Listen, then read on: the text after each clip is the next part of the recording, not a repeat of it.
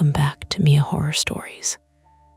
Tonight's tale, I'm a delivery driver, and one house orders the same meal every night is best experienced in the dark, which is why the screen will stay black.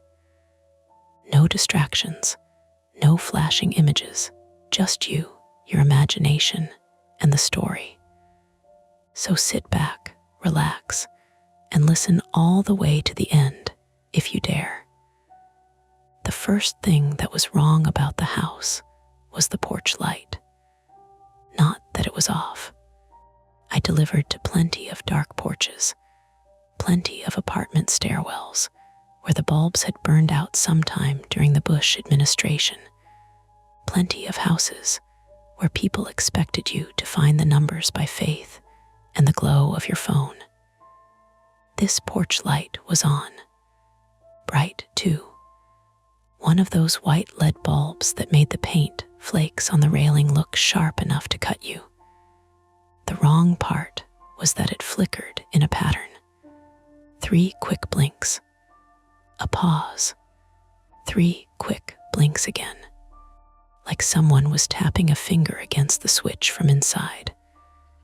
I sat in my car with my hazards clicking, one hand still on the insulated delivery bag, and watched it happen twice before I told myself it was probably a bad bulb. A loose connection, old wiring, normal stuff. Then my phone buzzed in the cup holder. Customer note updated. Leave at door. Do not knock. Do not call. I'm Marcus Venn, 32, male.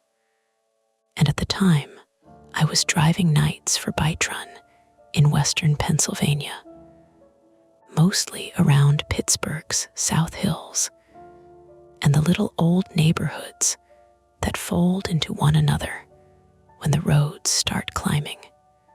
I had a 2013 Honda Fit with one yellow headlight, a heater that worked only when it wanted attention, and a glove compartment full of napkins, old gas receipts, and the kind of anxiety medication I kept forgetting to refill, because that would mean admitting I still needed it. Delivery wasn't my dream job. Nobody says that out loud, because most people working app gigs are balancing 3 different kinds of humiliation, and one hope they don't want mocked. For me, it was supposed to be temporary. I'd been a dispatcher for a private ambulance company in Allegheny County until I froze during a bad call, a real bad one. And after that, every ringing phone sounded like the start of somebody's worst day. Bite Run was easier. Orders came in. I picked them up. I dropped them off.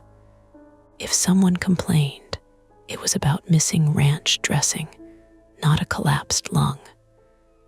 Most nights, that was enough.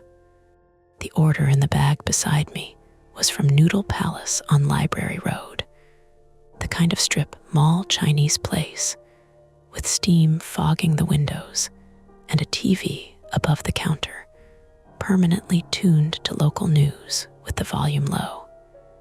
Same meal as the night before, and the night before that. Large beef lo mein, extra scallions, 2 spring rolls, 1 hot and sour soup, 1 can of Diet Pepsi, no utensils, no fortune cookies. The address was 1489 Calder Street, a narrow brick house in Carrick, tucked halfway down a hill where every parked car looked like it had been abandoned at an angle. I'd been there 4 times that week, always between 9:40 and 10:05 p.m., always the same food, always the same note. Leave at door. Do not knock. Do not call. Customers are strange. That's one of the first things you learn. They order 6 milkshakes in a snowstorm. They ask you to deliver tacos to a funeral home and then act offended when you look confused. They put meat at door and then hide behind the blinds like you're serving a warrant. So the first 3 times I went to Calder Street, I didn't think much of it. By the 4th, I knew the porch, knew the cracked bottom step, knew the brass mailbox with no name on it, knew the old Christmas wreath still hanging in May, its red bow faded to the color of raw hot dogs. And I knew nobody ever came to the door. My phone buzzed again, this time with a message from the restaurant, not the customer. Tasha, you alive? Tasha Bell, 29, female, was the night cashier at Noodle Palace and the only person there who ever looked directly at drivers when we came in. She had a black hoodie under her red restaurant apron, hair tucked into a scarf, and a way of talking that made every sentence sound like she was halfway through laughing at you. We weren't friends exactly, but night workers form these little temporary alliances. She would slip me a water bottle if the manager wasn't looking. I would tell her which cops were parked near the speedway on Brownsville Road. It was commerce with a pulse.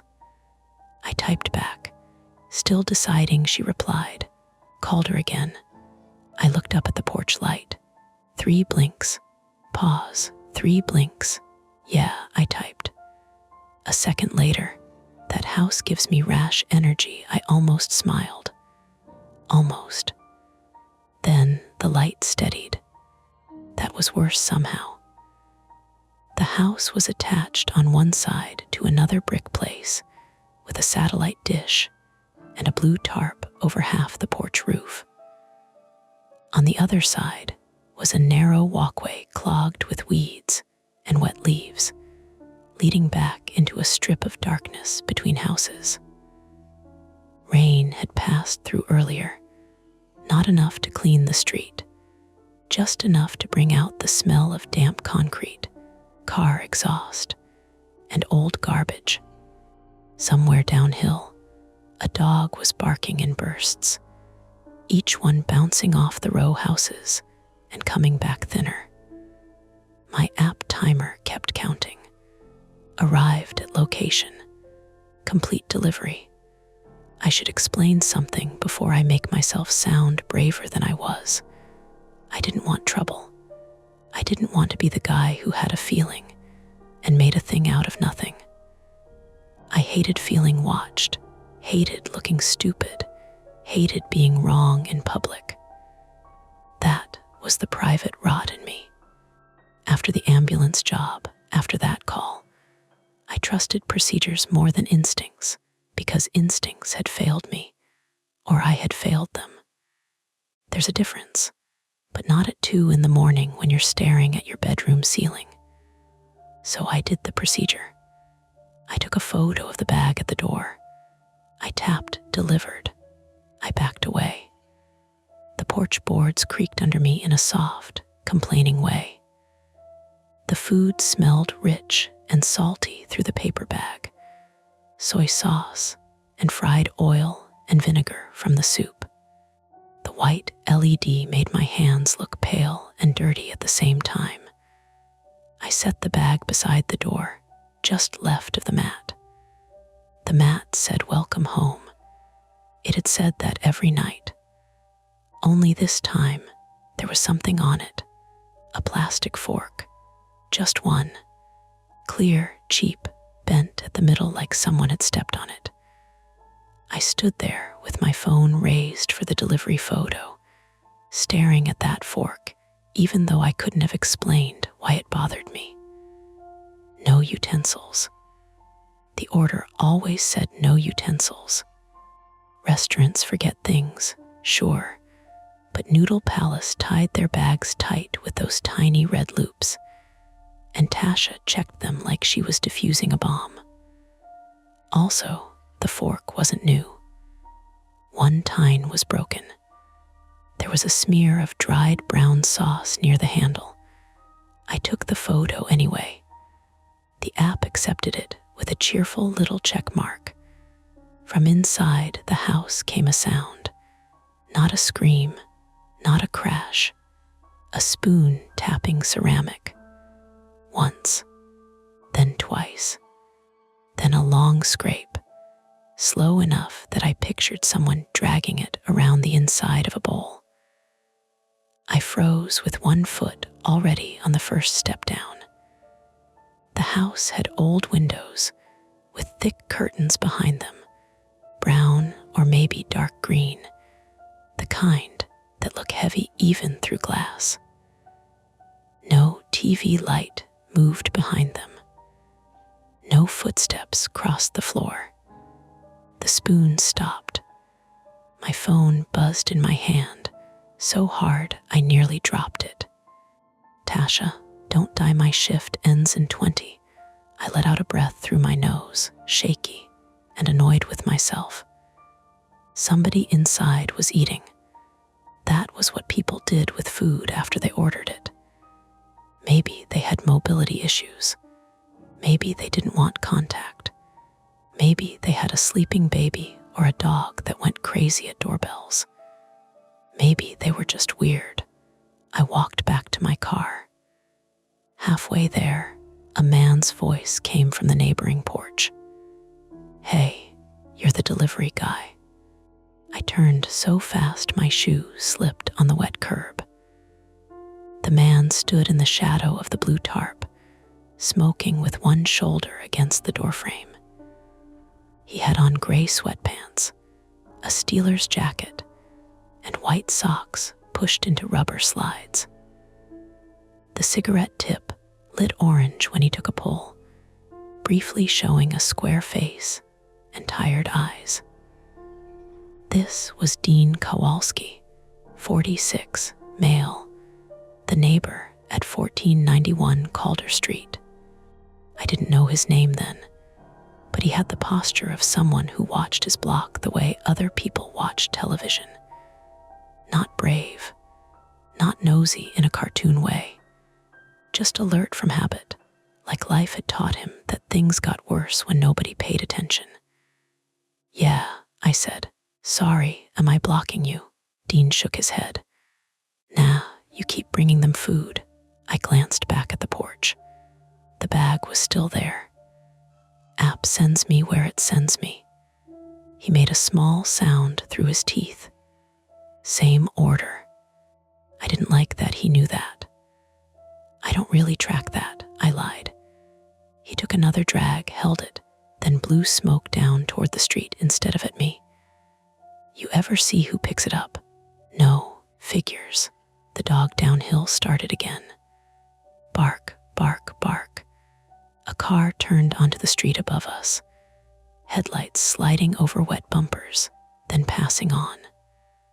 For 1 second, the whole front of 1489 Calder lit up: the steps, the wreath, the mailbox, the bag sitting neatly by the door.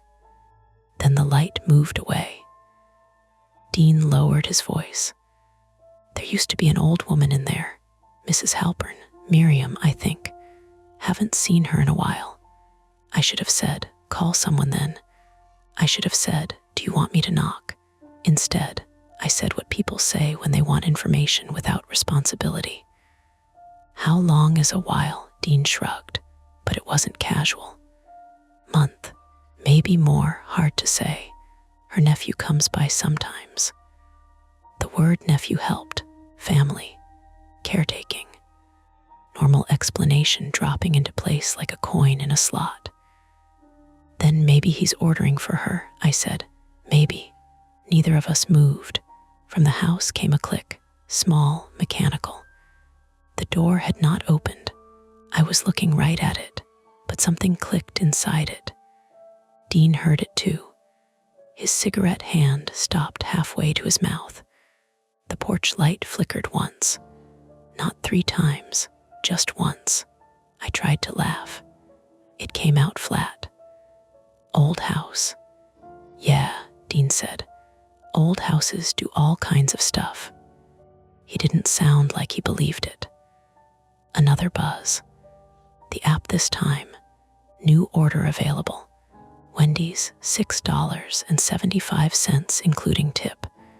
2.1 miles. Except, I stared at the screen. Normal life was right there, glowing blue and stupid in my palm. Burgers, Frosties, somebody on a couch watching Netflix. Irritated, I didn't read the note about extra ketchup. I could get in my car, accept the order, keep moving.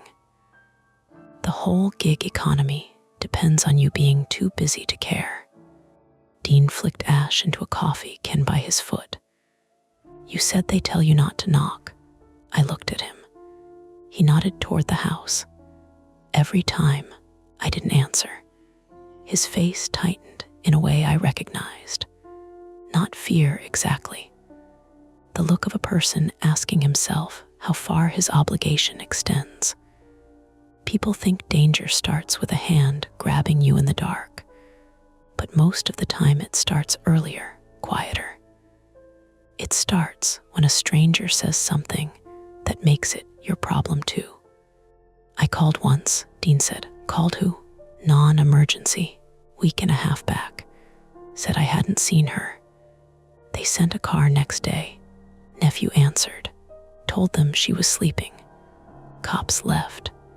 That was realistic enough to make my stomach sink. Not because it sounded dramatic, because it sounded boring, understaffed, procedural. A box checked by people who had 6 other calls waiting. The delivery bag on the porch shifted, just a little. At first, I thought the wind had nudged it, but the wind was barely moving. Rainwater dripped from a gutter somewhere, ticking into a plastic bucket. The bag shifted again, the paper crinkling softly. Then a hand appeared from behind the inner edge of the door. Not the whole hand, just fingers, pale fingers, reaching through a gap I hadn't seen. The door was open maybe an inch, still chained from inside or held by something. The fingers hooked the top of the bag and dragged it slowly toward the threshold. Dean whispered something I didn't catch. The fingers stopped. For 3 seconds, nothing happened. I had the awful childish feeling that whoever was behind the door had heard us breathing. Then the bag disappeared inside. The door clicked shut. I don't know what I expected after that. A face in the window, maybe. A message through the app. Dean to say something useful. Instead, there was only the porch again, empty except for the fork on the mat. The fork hadn't moved. That detail stuck in me. I swallowed. Could be her. Dean looked at me. You think that was an old woman's hand? I didn't. Not really. The fingers had been thick, with dark hair along the knuckles. But I said I couldn't tell. He stared at the door a moment longer, then scratched at his jaw with his thumb. Listen, I ain't trying to get you involved. That was exactly what he was doing, and we both knew it. My phone buzzed again. The Wendy's offer expired. Another order came in. Taco Bell this time. $4.25. No tip. The app didn't care about anything happening in front of me. It never did. Dean said, you got a way to see the name. On the order, no, just first name sometimes. What's this one? I opened the completed delivery. My thumb hesitated over the screen because suddenly it felt like crossing a line, though I couldn't say whose privacy I was protecting. The customer field showed one initial. M, that's it, Dean said. That's it, Miriam, he murmured. Or Mike, or Megan, or whatever. Her nephew S named Paul. Again, the normal explanation slipped a little. Down the block, a screen door slammed, Then a woman laughed at something inside her house. A bus groaned along Brownsville Road a few streets away, its brakes squealing at the stop. The city kept doing city things around us, which somehow made the narrow brick house feel more private, more sealed. I backed toward my car. "You should call again." Dean gave me a look. "And say what? Lady got dinner. Say you're worried." I did. "Then call Adult Protective Services. At 10 at night, tomorrow. Will you be back tomorrow?" I hated the question because I already knew the answer. If the order came up and the money was decent, I'd probably take it. That was the ugly little truth of my life then. Rent was due. My front tires were going bald. My sister had stopped asking when I was going to get back on my feet because I'd started hearing pity in it, and she knew I hated pity more than criticism. "I don't choose who orders," I said. Dean nodded like he understood cowardice, because he had his own version of it. "Sure." I opened my car door. Warm air smelling like old fries and wet upholstery rolled out. I slid behind the wheel and shut myself in, but I didn't start the engine right away. In the rearview mirror, Dean stayed on his porch. Across from him, 1489 Calder sat with its light steady and too bright. Then my phone chimed with a new notification, not from Bytron, not from Tasha, not from anyone saved in my contacts. A regular text message. "Unknown number. You forgot the drink." I looked at the cup holder, empty. I looked at the seat, empty. I looked at the delivery photo in the app, zooming in with 2 fingers until the image blurred and sharpened. The Diet Pepsi was there, tucked beside the bag when I took the picture.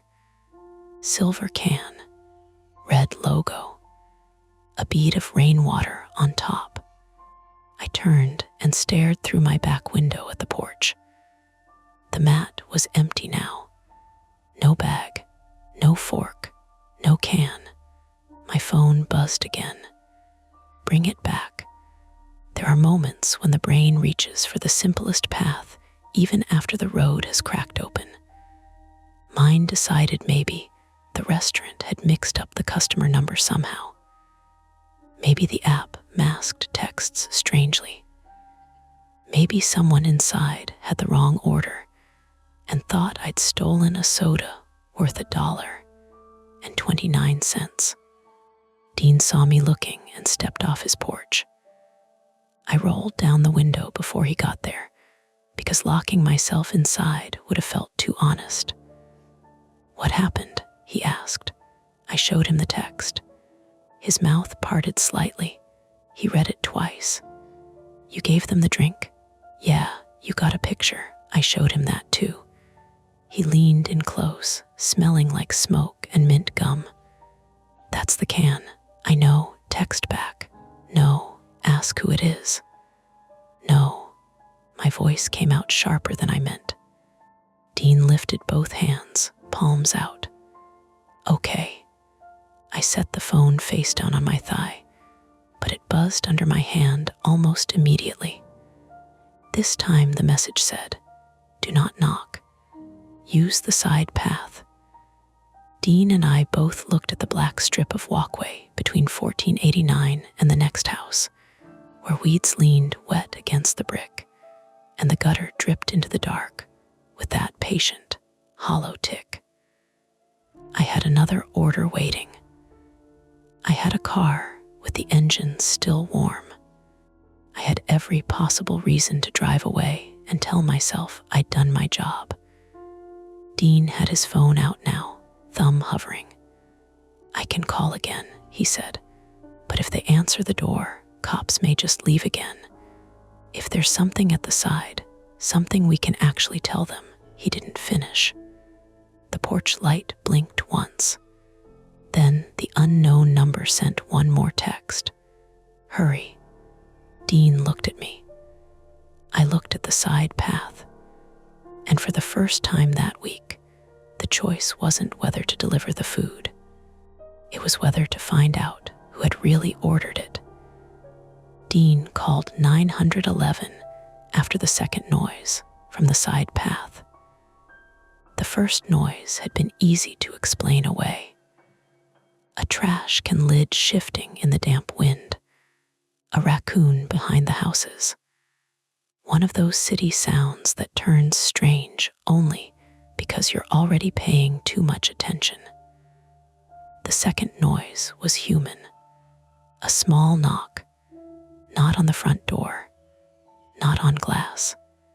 Somewhere down the narrow gap beside 1489 Calder, where the weeds brushed the brick, and the gutter kept dripping into the same hollow place. Something tapped 3 times from the darkness. Tap, tap, tap, then nothing. Dean's thumb hit the screen so hard I heard the little plastic click of his phone case. "Yeah, I need police and maybe EMS," he said, already walking backward from the curb like distance would help. 1489 Calder Street. Carrick. I called before about a welfare check. There's something wrong in the house. I stood by my Honda with my phone in my hand, looking at the text. Hurry. The words sat there glowing, stupid, and urgent. I wanted badly for someone else to take over. That was the clean truth. Not noble, not dramatic. I wanted a cruiser to come around the corner, bright lights washing the street, and 2 cops with radios and body armor to tell me to move along. I wanted the situation to become official enough that I could stop deciding things. Instead, Dean held his phone to his ear, jaw tight, listening. I'm Marcus Venn, 32 male, and what I remembered in that moment was not bravery training or some instinct from my dispatcher days. I remembered the last bad call I'd taken before I quit. A man gasping in a bathroom, his wife screaming the address wrong because she was panicking, me staring at the routing screen while every second turned expensive. I had followed protocol. I had asked the required questions. I had done the job correctly on paper. He still died. Afterward, people told me it wasn't my fault. That's the thing about not your fault. It doesn't give you anything useful to do with your hands. Dean covered the phone with his palm. They're asking if we see smoke, weapons, or active violence. No. Any screaming. No. He repeated it into the phone, then listened again, the orange end of his cigarette trembling between his fingers. Yeah, I understand. No, I'm not entering. I'm outside with a delivery driver. I didn't like being included in the sentence. It made me part of the report. A porch light came on across the street, yellow and weak. A curtain shifted. Someone had noticed us. Good, I thought, witnesses. Then I immediately thought, not enough. Dean lowered the phone again. They said units are tied up. Could be 15, 20 minutes. Maybe longer. Longer. Something on Brownsville. Accident with injuries. That made the street feel different, suddenly. Not abandoned, exactly. Just unavailable. The ordinary safety net had holes in it. My app started ringing with another order request. A bright little tune, cheerful as an ice cream truck. I stabbed decline. Dean looked at me. You can leave. I know. I'm serious. I said I know. But I didn't move. That was the problem. Leaving was physically easy. Put the car in gear, turn around, go pick up Taco Bell for someone who would complain their burrito was cold. Mentally, it had become impossible because of the knocking, because of the text, because somebody might be inside that house needing help, and if I drove away, I would hear it later in every ringtone. Dean stepped toward the side path, then stopped. The gap between the houses was barely wide enough for one person. Brick on both sides, slick with rain. A black cable sagged overhead from one wall to the other. At the far end, maybe 20 feet back, the space opened toward the tiny rear yards. But from the street, all I could see was a darker rectangle, a trash bin, and the wet shine of broken concrete. "Flashlight?" Dean asked. I turned on my phone light. He did the same. 2 thin beams slid over weeds, a rusted downspout, a strip of peeling green paint on the side door halfway down. There was a side door. I hadn't noticed it before. It was set into the wall of 1489, 3 steps down from the front, half hidden by a leaning wooden gate that no longer closed. The door was painted the same tired brown as the front trim. Near the bottom, under the knob, something pale had been caught in the gap. Paper. Dean saw it too. That knew. How would I know? You were just here. I wasn't looking down the murder alley, Dean. He shot me a look. Don't call it that. Sorry. Neither of us laughed. The paper moved slightly in the damp air. It looked like a folded receipt, or maybe the corner of an envelope. Something written on it, though the rain had softened the ink. From inside the house came a thud. Not loud, not cinematic, more like a person bumping a shoulder against furniture. Then, a muffled scrape followed by a sound that made both of us stop breathing for a second. A cough. A wet, struggling cough. Dean said into his phone, "I hear someone coughing inside." I could hear the dispatcher's voice faintly from his speaker, calm and flattened by distance. "Sir, do not enter the residence. Remain outside. Officers are en route. Someone might be hurt. Sir, remain outside."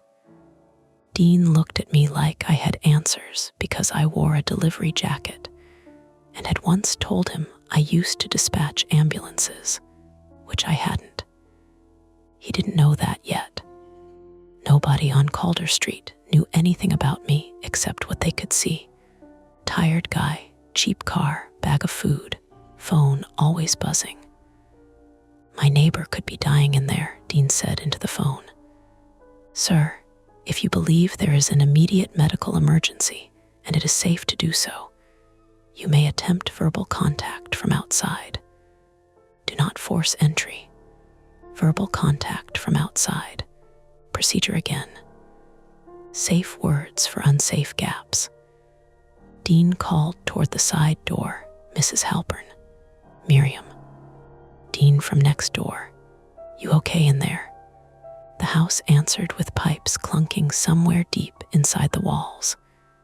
Then the unknown number texted me again. "He knows you're there." I didn't show Dean right away. I wish I could say that was strategy, but it was. I just couldn't stand the look he would give me. The message had no caller ID, no contact photo, no context. Just those 4 words, and under them, my keyboard waiting like I was supposed to participate. I typed before I could stop myself. The response came almost instantly. "Paul." My mouth went dry in a very practical way, like I'd been running. Dean was still calling into the side path. "If you can hear me, make a noise." Nothing. Then, from inside, faint but clear, tap, tap, tap. Dean flinched. The dispatcher said something. Dean lifted the phone. "She's tapping." I heard tapping. Yeah, from inside. I finally showed him my screen. He read the messages. His face changed in layers, confusion, fear, then anger, because anger gave him a place to stand. How does she have your number? She doesn't. The app masks it. Maybe. I don't know. It shouldn't come through like this. Text her where she is. I looked at him. You think this is Miriam? You got a better idea. I didn't. So I typed, where are you? A pause, long enough for rainwater to tick 5 times into the bucket somewhere behind the house. Then downstairs, door stuck, smoke. Dean said. We both lifted our heads. At first, I smelled only wet brick and a cigarette. Then something else threaded through it, faint but unmistakable, heated plastic. Not open flame, not campfire. More like a phone charger melting behind a couch, or an old outlet cooking dust inside the wall. I had smelled that once in the dispatch center when a power strip failed under somebody's desk. Everybody joked about it for 10 minutes until the smoke alarm went off. Do you smell that? I asked. Dean was already moving down the side path. Wait, I said. He didn't. Dean, wait. He turned back just enough for his flashlight to swing across my face. You got a fire extinguisher in that car? No. First aid kit? Maybe. Go check. It was the first concrete task anyone had given me, and my body obeyed with embarrassing relief. I ran to the Honda, popped the hatch, and dug through delivery blankets, a tire inflator, jumper cables, and a cardboard box of cleaning spray I kept meaning to throw away. My first aid kit was wedged under the spare jacket. Small, red, mostly bandages, gauze, antiseptic wipes, one cheap emergency blanket. Nothing that solved smoke or a trapped old woman. My phone buzzed again while I was bent into the trunk. Don't let him leave. I stared at it. Him who? Dean. Paul. A car engine started somewhere behind the row houses. Not on the street in front of us. Behind. Dean heard it too. He was halfway down the side path now, one hand braced against the brick, phone still connected to 911. His flashlight beam snapped toward the back. Headlights flared behind 1489, low and yellow through the weeds and chain link, then swept sideways. A vehicle was in the alley. Carrick has alleys like old veins, narrow service lanes running behind the houses where people keep trash cans, half-dead grills, broken kids' bikes, and cars they don't want parked out front. I hadn't thought about that until the engine revved. Dean whispered, "Someone's back there." The dispatcher must have heard because Dean said, "Yes, vehicle in rear alley. I can't see make." "No, I'm not approaching." He looked at me, and there it was again, the choice passing between us like something heavy.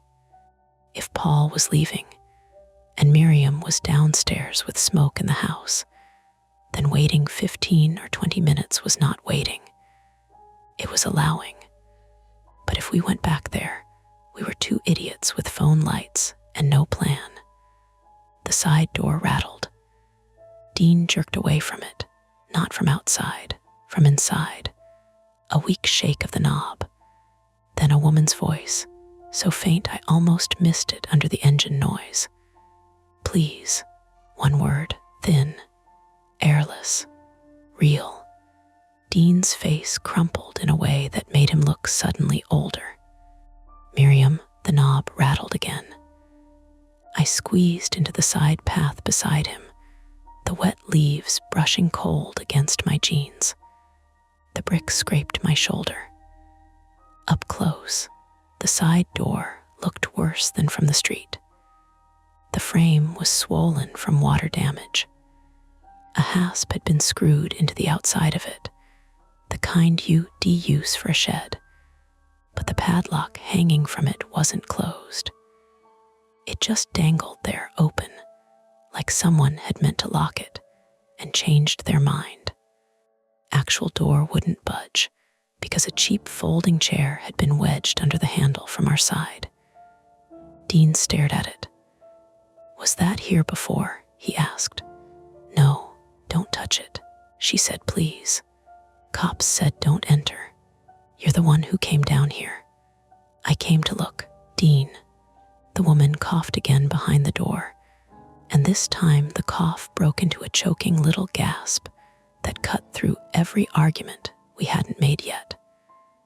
My hands moved before my better judgment caught up. I grabbed the chair. Dean caught my wrist. Fingerprints, that stopped me. Stupidly, it stopped me. Evidence, crime scene, procedure. My old dispatcher brain, always more loyal to the checklist than the person. Then the engine in the alley revved again, louder. A gate banged open behind the house. Dean let go of my wrist. "Move it." I yanked the folding chair away from the knob. It clattered against the opposite brick wall, metal legs ringing in the tight space. The side door pushed outward an inch, then stuck. Inside, a woman moaned. "Miriam, it's Dean," he said, his voice shaking now. "Can you push?" "I can't," she whispered. I put my shoulder to the door. Pain sparked through my collarbone where it hit the old wood. The door gave a little, then caught on something at the floor. Smoke slipped through the gap, faint gray, smelling of burnt insulation and dust. Not a lot yet. Enough. The dispatcher was louder now from Dean's phone. "Sir, back away from the door. Fire department is being notified. Do not enter a smoke-filled structure." "She's right here," Dean snapped. "Sir, she's right here." I shoved again. The door opened another few inches and stopped against something soft. Not soft like furniture, soft like a body. I froze. Dean saw my face. "What? There's somebody against it." "Miriam." "I don't know." The woman behind the door whispered something I couldn't understand. I crouched, shining my phone through the gap. The beam caught a slice of linoleum, a spilled plastic cup, a dirty white sneaker, and a swollen ankle in a beige compression sock. An older woman's foot. The rest of her was hidden behind the door. Relief hit first, then panic right behind it. "It's her. She's down," Dean swore under his breath. "Can we pull her? The gap's too small." "Can she move?" "Miriam," I called, leaning close enough that smoke scratched my throat. "My name's Marcus. I'm a delivery driver. We're going to get you out." "Can you slide back from the door?" No answer. "Miriam." Her fingers appeared at the bottom of the gap, curled against the threshold. Thin fingers, purple bruising across the knuckles. Dean saw them too. Jesus. Then, from the rear of the house came a man's voice. Hey, not panicked, not confused, angry. The voice carried from the alley through the backyards, bouncing between brick walls. "Get away from that door." Dean and I both went still. A figure moved behind the chain link at the far end of the path, backlit by headlights. Male, broad-shouldered, wearing a dark jacket. I couldn't see his face. One hand was down by his side, holding something long and pale. Maybe a piece of wood, maybe a pipe, maybe nothing useful to know until it hit you. Dean raised his phone. "Police are on the way." The man laughed once. "Good. You can explain why you're breaking into my aunt's house." "Aunt. Paul." He stepped closer, and the smell of hot plastic grew stronger, curling through the cracked door. Miriam's fingers twitched against the threshold. My phone buzzed again in my hand. Please don't let him close it. Paul saw the screen light, his head tilted. You, he said, driver, come here. No, Dean said before I could answer. Paul's voice sharpened. This is family business. You drop off the food and leave. That's your whole job. Something about the sentence landed harder than it should have. Maybe because it was true. Maybe because I had been telling myself the same thing all week. The door shifted behind me as Miriam tried weakly to push it open. The bottom edge scraped over the linoleum, then stopped against her hip or shoulder with a sound that made her whimper. Dean spoke into his phone, loud and deliberate. The nephew is here. He is threatening us. The resident is down behind the side door. There is smoke inside the house. We need fire and police now. Paul took another step. The object in his hand caught Dean's flashlight. A crowbar, not a gun, not some movie weapon. A crowbar from a garage, paint chipped near the hook. Grounded, useful, terrifying. I looked from him to Miriam's fingers, then to the side door, then to the narrowness of the path. If Paul came in from the back, Dean and I had nowhere to go except forward into him or backward toward the street, leaving the door for him to close. My private fear rose up so cleanly it felt rehearsed. Make the wrong call, lose someone, live with it. Dean whispered, Marcus. He didn't say what he needed. He didn't have to. I wedged my foot against the bottom of the side door to keep it from closing and pressed my shoulder harder into the wood, holding the gap open while smoke seeped around me, and Paul advanced from the rear alley with the crowbar swinging low at his side. Behind the door, Miriam whispered, barely audible, basement. Dean bent toward the gap. What? Her fingers scratched once at the threshold. Girl, she breathed. The word made no sense. Then the porch light out front went out, plunging the side path into the thin, shaking beams of our phones. And from somewhere below the house, beneath the floorboards, a child started knocking back. Tap, tap, tap. Paul came down the side path like he owned the air in it. Crowbar swung low beside his thigh, not raised, not yet. But the hook tapped the brick once as he squeezed between the houses. That tiny metal scrape did more to me than if he'd shouted. It was controlled, practiced. A man trying to look reasonable while carrying the exact tool needed to break a kneecap. Dean held his phone up with the flashlight on, and 911 still connected. Stop right there.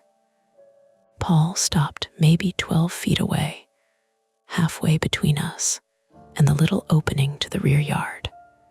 Behind him, the headlights in the alley stayed on, shining through chain link and the wet black stalks of weeds.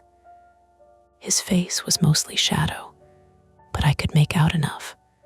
Late 30s or early 40s, male, broad across the shoulders, hair cut close, cheeks unshaven. He wore dark work pants and a navy jacket with reflective piping on one sleeve. It made him look like somebody who belonged around utility vans, basements, locked rooms. Get your foot out of my aunt's door, he said to me. Behind the door, Miriam Halpern made a thin sound, more breath than voice. Dean said, your aunt is on the floor. She falls. Paul's eyes didn't leave me. She's old. There's smoke in there. It's a bad toaster. At 10 at night, Dean said. Paul smiled without opening his mouth. You the fire marshal? The dispatcher's voice came tinny from Dean's phone. Sir, maintain distance if possible. Officers are en route. Paul heard that and lifted his chin. Good. Let's all wait, then. That was the first attempt. Wait for the system to arrive. It failed almost immediately. Smoke thickened through the door crack, gray and greasy, crawling around my shoe where I'd wedged it against the bottom edge. It stung my eyes. My throat started closing in small, mean increments. Not enough to choke. Enough to make every breath feel like I was inhaling through dirty cloth. Miriam, I called down through the gap. Can you move your leg? Her fingers scratched once against the threshold. Her nails made a dry little tick on the wood. Tap. From below the floorboards came the answer. Tap, tap, tap. Dean looked at me. Paul did too. For 1 second, nobody talked. Then Paul said, too fast, pipes. Pipes don't answer, Dean said. They do in this dump. The knocking came again from somewhere underneath us, not directly below the side door, but deeper inside and slightly forward toward the front half of the house. I tried to picture the layout. Front door opening into a small living room facing Calder Street, maybe stairs rising along one wall. Kitchen toward the back, basement stairs somewhere off the kitchen or a back hallway. We were on the left side of the house, pressed against the exterior side door. Paul was between us and the rear yard. The street was behind us, open, but suddenly too far away. I still had one hand on the side door and one on my phone. My shoulder throbbed where I'd rammed the wood. Old paint stuck damply to my jacket. Dean spoke into the phone. There may be another person in the basement, possibly a child. Paul's face changed then, just a flicker, not surprise, calculation. Nobody else in the basement, he said. Then you won't mind stepping back until police get here. Move away from the door. No, Paul lifted the crowbar a few inches. I had imagined bravery as something clean, like deciding. It was. It was a body full of competing commands. Run, stay, punch, duck, apologize, vomit.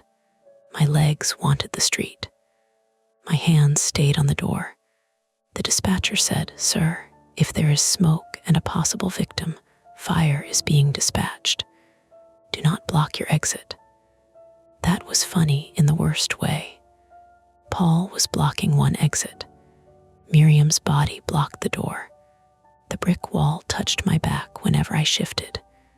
We had built our own trap out of good intentions. Then my phone buzzed. Back window. Kitchen. Hurry. I turned the screen toward Dean. His eyes cut toward the rear of the house, past Paul.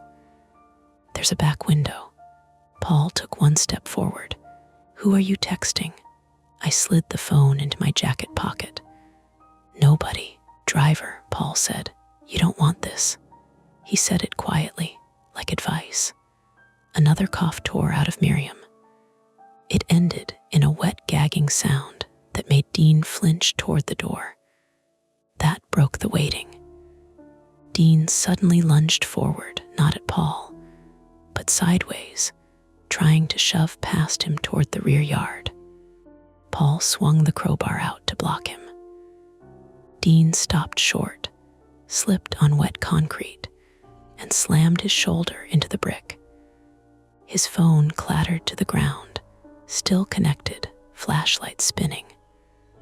The beam went wild across Miriam's door, my shoes, Paul's crowbar, the weeds. Dean.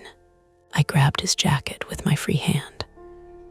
Paul stepped in fast and kicked the phone back toward the street. It skidded along the narrow path and stopped near the front steps, the dispatcher's voice still faintly repeating, "Sir. Sir, can you hear me?" Dean sucked air through his teeth, holding his shoulder. "You son of a," Paul pointed the crowbar at him. "Try that again." The knocking below came faster. Tap, tap, tap. Not loud, desperate. That was when the house changed from a place with a problem into a place actively running out of time. Our second attempt was the back window. It began badly, because to get there, we had to get around Paul. Dean crouched slowly, still clutching his hurt shoulder, and picked up the folding chair I'd thrown aside earlier. It was cheap aluminum, one leg bent from hitting the wall. He didn't raise it like a weapon. He just held it in front of himself, a pathetic little shield. Paul laughed once. "Really?" Dean said. "Marcus, go."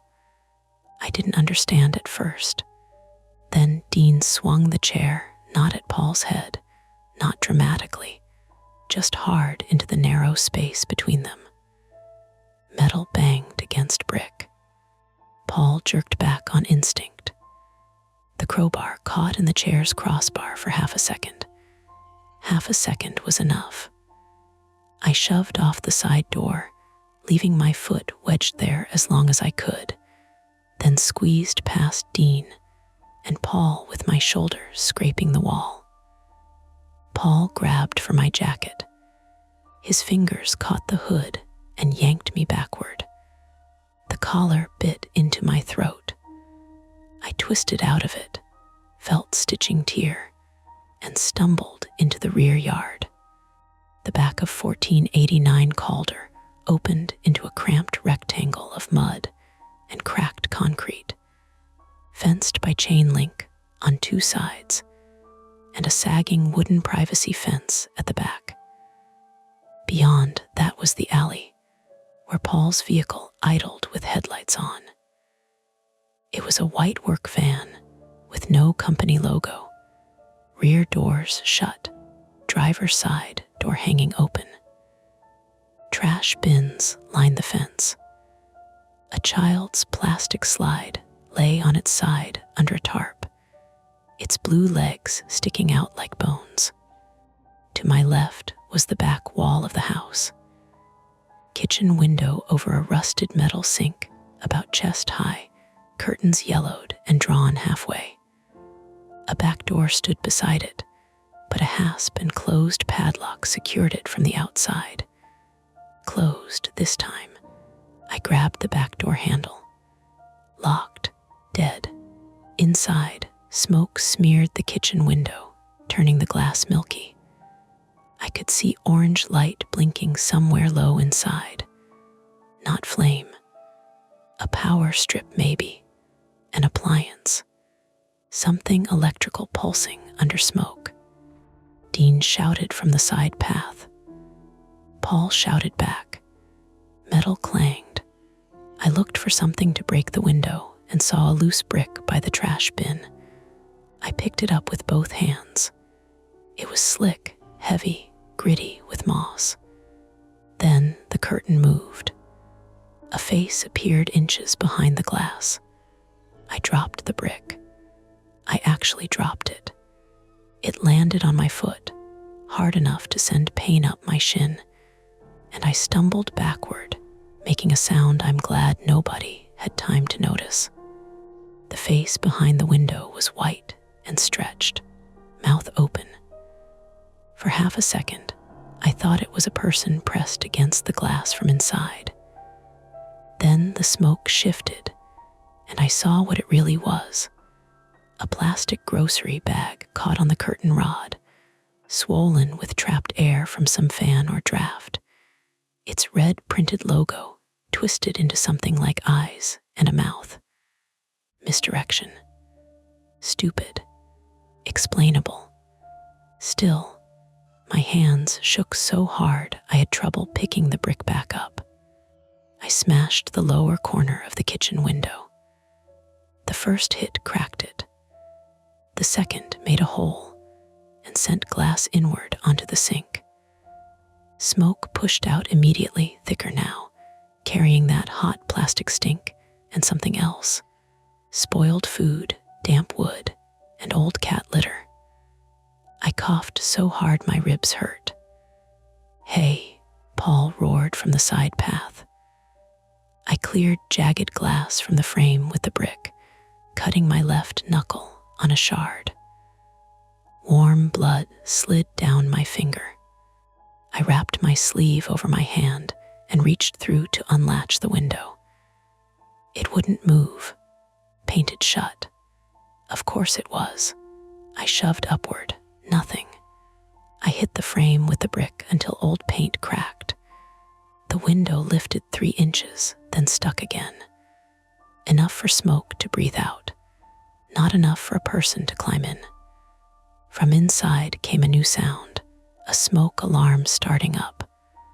One shrill beep, a pause, then a steady, punishing scream. The alarm turned everything frantic. Ellie, the rain smell, the van idling, Dean cursing, Paul's boots scraping concrete. Every sound now fought under that electronic wail. I shouted through the window, "Miriam, can you hear me?" No answer. Then, from below and forward, tap, tap, tap, closer than before, or maybe I only wanted it to be. I bent to look through the broken window. The kitchen was narrow. Sink under the window, stove to the right, fridge to the left with magnets clustered near the handle. The floor was littered with takeout bags, noodle palace bags, some still folded, some torn open, red loops scattered like little plastic worms. On the counter were Diet Pepsi cans lined in rows, unopened, dozens of them, their silver tops catching the weak light. That detail had no place in the emergency, and therefore lodged in me harder. The meals weren't being eaten, or not all of them. A chair scraped behind me. I turned. Paul had forced his way into the yard. Dean was behind him in the side path, bent over, one hand on his knee, breathing hard. His nose was bleeding. The folding chair lay twisted near the downspout. Paul pointed the crowbar at the broken window. "You just made this worse. Open the doors," I said. "You don't know what you're doing. There's somebody in the basement." His eyes narrowed. "My aunt has dementia. She says things. Then let us get her out. She gets out, she falls, she breaks her hip, and everyone blames me." His voice cracked at the end, not with grief, with rage dressed as grievance. "You think you're helping. You people show up for 10 minutes and make a mess, then leave me with it." Dean staggered into the yard. "Where's the girl, Paul?" Paul's face went still. "There." A fact revealed by the absence of denial. The alarm screamed. My injured knuckle pulsed. My foot throbbed where the brick had landed. Dean's breathing sounded wet and strained. Smoke pouring out the kitchen window had turned darker, and somewhere inside, glass popped from heat or pressure. The back window attempt had partly worked. Smoke was venting, and we'd seen the kitchen. But we still weren't inside. Miriam still blocked the side door. The basement was still below us. And now Paul was in the yard with us. My phone buzzed again. I pulled it out before I could think better. He locked the stairs. Key on van ring. Paul saw me read it. This time, there was no pretending. He lunged. I backed into the trash bins, sending lids crashing against the fence. The phone slipped in my bloody hand, but I held on. Dean stepped between us, and Paul swung the crowbar sideways. Dean raised his forearm. The blow caught him near the wrist with a dull, ugly sound. Dean screamed, not a movie scream, a short animal bark. He fell against the fence, clutching his arm. I threw the brick because it was the only thing in my hand besides the phone. It hit Paul in the thigh, not hard enough to drop him, but hard enough to make him curse and stumble. Then I ran toward the van, not away, around him. The van sat beyond the back gate in the alley, driver's side door open, engine idling.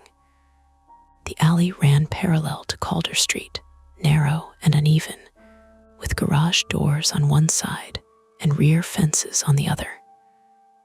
Rainwater pooled in potholes, reflecting the headlights in broken pieces. The van smelled of gasoline and wet cardboard. I reached through the open door and grabbed at the ignition. No keys, of course. He had them on him. A ring of keys hung instead from a belt loop at Paul's hip as he came through the gate after me. "Get out of my van," he said. He wasn't shouting now. That scared me more. I backed along the driver's side, my palms out, feeling the van's warm metal against my shoulder. "Open the basement and we're gone." "You're already gone," he said. Dean shouted from the yard, "Marcus." I looked past Paul. For 1 second, through the broken kitchen window and smoke, I saw movement inside the house at floor level. Not Miriam, smaller. A shadow behind the basement door area, maybe a hand at the crack under a door, maybe nothing, but smoke bending around furniture. Then the smoke alarm stopped. The sudden absence of it made my ears ring. A second later, all the lights in 1489 went out. Kitchen, porch, upstairs window, everything. The white van's headlights became the only strong light behind the house. In that hard glare, Paul looked flat and huge, crowbar at his side, keys at his hip, face empty of any performance now. Dean appeared in the back gate, his left arm tucked against his chest, blood under his nose and on his upper lip.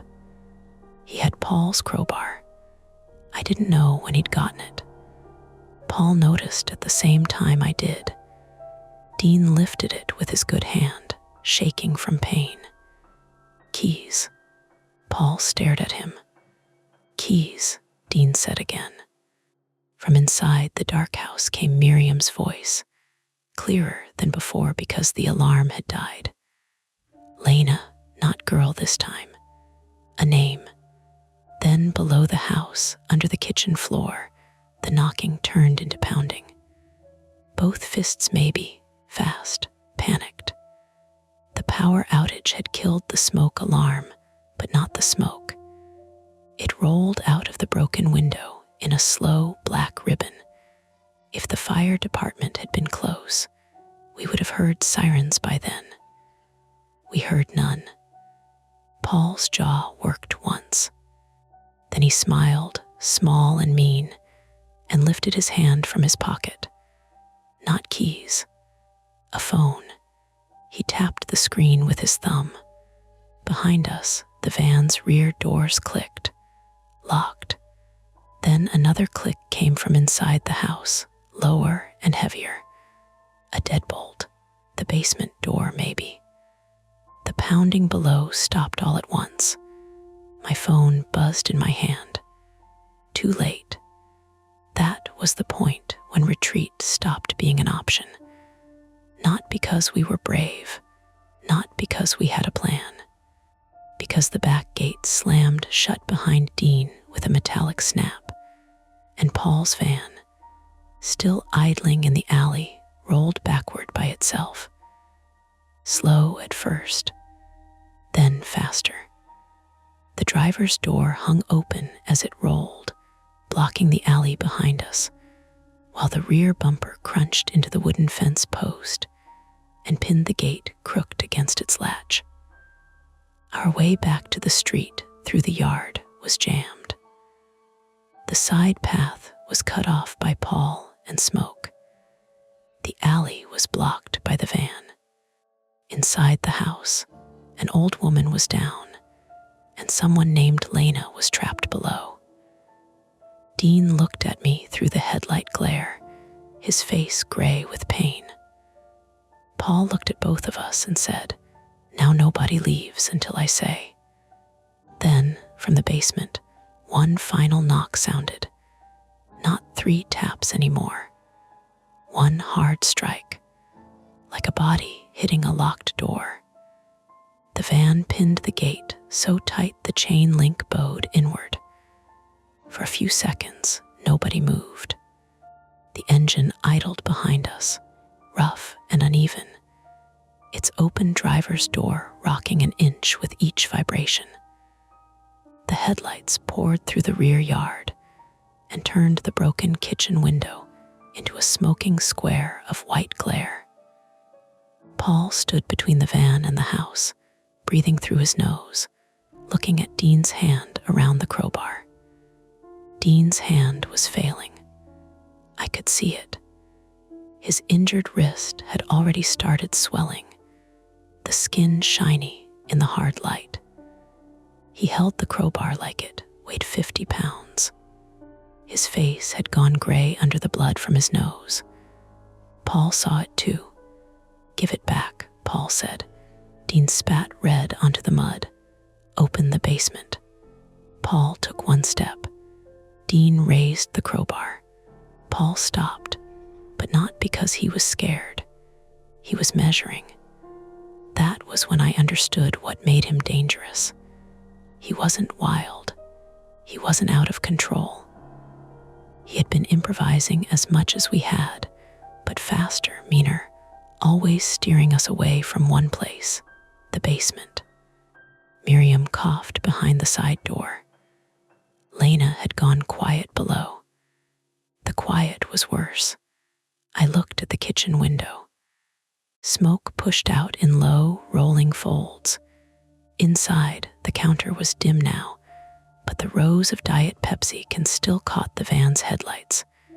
Silver tops, red labels, dozens of them, stacked beside takeout bags, unopened. A useless detail became useful all at once. "Dean," I said softly. He didn't look at me. "Dean." "What?" "Give me 30 seconds. Paul's eyes flicked to me. I didn't wait to explain. I turned and ran at the back of the house. My left foot screamed where the brick had hit it. My cut hand slipped on the window frame. I shoved my sleeve over the jagged glass and forced the kitchen window higher. It shrieked against old paint, moved maybe 2 more inches, then stopped. Enough to get an arm through, not enough to climb. Smoke hit my face. I coughed, bent away, tried again. Inside the kitchen, the sink was just below the window. Glass glittered in it. Beyond that, the narrow room ran toward the interior hall. On the right, stove. On the left, fridge. Straight ahead, a closed basement door at the end of a short passage, its outline barely visible. Something dark had been wedged against the base of it. A towel, no, not a towel. A strip of duct tape along the bottom crack, peeled loose in places from smoke and heat. "Jesus," I whispered. Paul shouted behind me, "Get away from there." Dean answered with the crowbar, banging it once against the metal gatepost. The sound cracked through the yard. "Keys first," Dean said. Paul cursed and moved toward him. I reached through the window and swept my hand across the counter. My fingers knocked over a row of Diet Pepsi cans. One rolled into the sink and burst against broken glass with a wet hiss. Soda sprayed across my sleeve. Another can thudded to the floor inside. I grabbed 2, cold metal, slick with dust. I pulled them out through the gap and turned. Paul had Dean backed against the tilted gate. Dean still had the crowbar up, but his injured arm hung useless at his side now. fingers curled like they didn't belong to him. Paul's keys hung from his belt loop, bouncing as he moved. I threw the first can, not at his head. I wasn't good enough for that. It hit the fence beside him and exploded, spraying soda across his cheek and jacket. He flinched hard. Dean swung. The crowbar caught Paul across the forearm, not a clean hit, but enough to make his hand open. A phone clattered into the mud. Paul roared and drove his shoulder into Dean. They hit the fence together. Chain link rattled. Dean went down with Paul over him. I threw the second can at Paul's back and ran, not away, toward them. I landed on Paul's side with all my weight, which wasn't a plan so much as panic given direction. My shoulder hit his ribs. Pain flashed through my collarbone. Paul grunted, rolled, and shoved me off like I was furniture. Then his hand found my throat. Everything narrowed. His thumb pressed under my jaw. My head knocked against the muddy ground. The van headlights burned behind him, and his face became a shape cut out of light. "You should have delivered the food," he said. I clawed at his wrist. My cut knuckle opened wider. Blood made my grip useless. Dean tried to crawl up behind him, but Paul kicked backward and caught him in the stomach. Dean folded with a sound like air leaving a tire. My vision sparked. No air. No air. My right hand slapped mud, glass, wet leaves. Found something round. A Diet Pepsi can, dented but intact. I grabbed it and smashed it against Paul's temple. It didn't knock him out. People don't go limp that easily. It split the skin above his ear and made him loosen his grip for half a breath. Half a breath was enough. I sucked air and jammed my thumb into the cut. Paul screamed and reared back. Dean came up with the crowbar again, both hands this time, pain twisting his face. He didn't swing for Paul's head. Hooked the curved end through the key ring at Paul's belt and yanked. The belt loop tore. Keys flew into the mud. All three of us went after them. Paul was faster. I drove my knee into his injured thigh, exactly where the brick had hit earlier. He buckled. Dean shoved him sideways. Paul slammed into the van's open door, and the door swung back hard against his shoulder. The keys were under the rear tire shadow, half buried in mud. I grabbed them. A siren wailed somewhere far off. Far. Not close enough.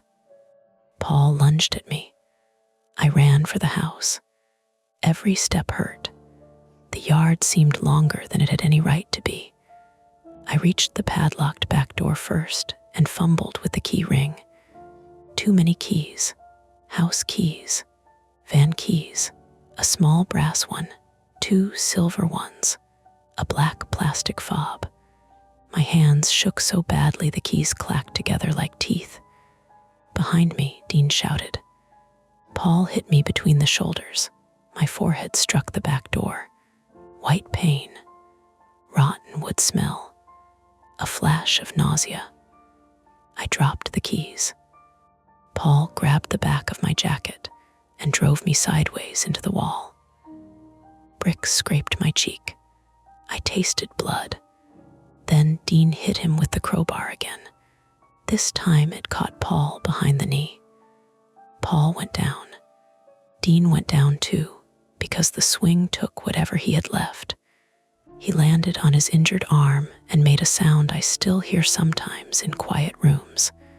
I dropped to my knees, found the keys, and tried them one by one on the padlock. First key. No. Second. No. Third. Too big. Smoke rolled out above me from the broken kitchen window. It had darkened and thickened. There was heat behind it now, actual heat, licking at the edges of the frame. Something inside popped, sharp as a firecracker. Fourth key. The padlock opened. I pulled it free and yanked the back door. It opened 2 inches, then stopped on a chain, of course. A chain lock inside, stretched tight across the gap. I stared at it. Paul laughed from the mud, breathless and ugly. Told you. I wanted to sit down. That was the lull. The terrible small pause where the body asks permission to quit. Dean lay on his side near the gate. Paul was trying to get to his feet. Miriam coughed beyond the side door. Lena was silent below. The fire was still not a fire I could see, but the smoke had become a living thing. I looked at the crowbar. It was beside Dean's hand. I crawled to it, took it, and went back to the door. Paul grabbed my ankle. I kicked backward with my bad foot by mistake. Pain detonated up my leg. I screamed and slammed the heel down again, catching his fingers against the concrete. He let go. I jammed the crowbar through the gap in the back door, hooked the chain, and pulled. Once. The chain held twice. The screws groaned, 3rd time. The chain ripped out of the old frame and the door swung inward. Smoke rushed over me like dirty water. I dropped low because I remembered that much. Stay low. Air near the floor, not clean, but less deadly. The kitchen was worse inside. Take-out bags covered the floor. Some were old enough to have collapsed into grease stains. Others were recent, red loops intact. Diet Pepsi cans lined the counter in neat rows, except where I had knocked them down. Near the outlet below the microwave, a power strip had melted into the wall. A blackened cord ran from it toward a small space heater lying on its side under a chair stacked with clothes. Not a roaring blaze, not yet. An electrical smolder, eating plastic, filling the house. Realistic, boring, fatal. Marcus. Dean shouted from outside. I'm in. I crawled forward, coughing, my eyes streaming. The basement door was at the end of the short passage past the kitchen. Duct tape had been pressed along the bottom and sides, sealing gaps. A chair sat in front of it, weighted with 2 12-packs of Diet Pepsi. No wonder the cans weren't drunk. They were ballast. They were used to keep doors shut. That made me angrier than the crowbar. I shoved 1 12-pack off the chair. Cans burst and rolled. I threw the chair aside. The basement door had a hasp too, screwed crudely into the frame on the kitchen side. Locked with another padlock. My phone buzzed. I nearly dropped the keys. Small brass. I looked at the ring. Small brass key. I used it. The lock opened. Behind me, Paul entered the kitchen. I heard him before I saw him. Heavy steps. Coughing. A scrape as he picked something up from the floor. Not the crowbar. I had that. Maybe the chair. You don't know what she is, he said. His voice sounded shredded by smoke. Pulled the padlock free. Who is? He coughed again. Lena, there it was. The attempt to turn the victim into the danger. To make hesitation useful. She stole from my aunt, he said. She broke in. She's not some little kid. The basement door rattled from the other side. A girl's voice came through, hoarse and small. Please, not a child, exactly. Younger than me, terrified. Paul said, she's lying. My old flaw rose again. The need to know the whole story before acting. The terror of choosing wrong. Then Miriam screamed from the side door. Not words. Pain. That decided for me. I opened the basement door. A smell came up first, cold concrete, urine, mildew, and smoke being pulled downward through the house. The stairs descended steeply into blackness. No light, no railing on the right side. At the bottom, something moved. "Lena," I called. "Yes," a cough. "I'm here." "How many?" "Just me." Paul came at me from the kitchen. Clipped time. Chair leg raised, smoke, keys in my hand. Door open behind me, basement dark. I swung the crowbar low, not at him, at the refrigerator. The crowbar hit the stainless handle with a useless clang. Paul blinked, confused. I grabbed the fridge door and pulled it open hard, stepping back. The door swung into the narrow kitchen path just as he lunged. He hit it chest first, not dramatic, not enough, but it slowed him. I grabbed the nearest Diet Pepsi 12-pack with both hands and shoved it at his legs. The cardboard tore. Cans spilled under his boots. He slipped, hit the counter, caught himself on the stove, and knocked a pan to the floor with a crash. I went down the basement stairs. Bad idea, necessary idea. The air below was cooler, but not safe. Smoke threaded down in gray ribbons. My phone flashlight shook in my bloody hand. The basement was unfinished, low-ceilinged, with concrete walls and old wooden shelves along one side. Straight ahead was the underside of the front room.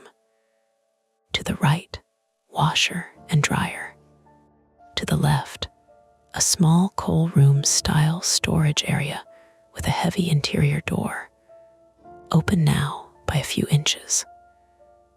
The 3-tap knocking came from there. Lena was inside. She was 17 or maybe 18, female, with dark hair stuck to her face and duct tape residue on one wrist.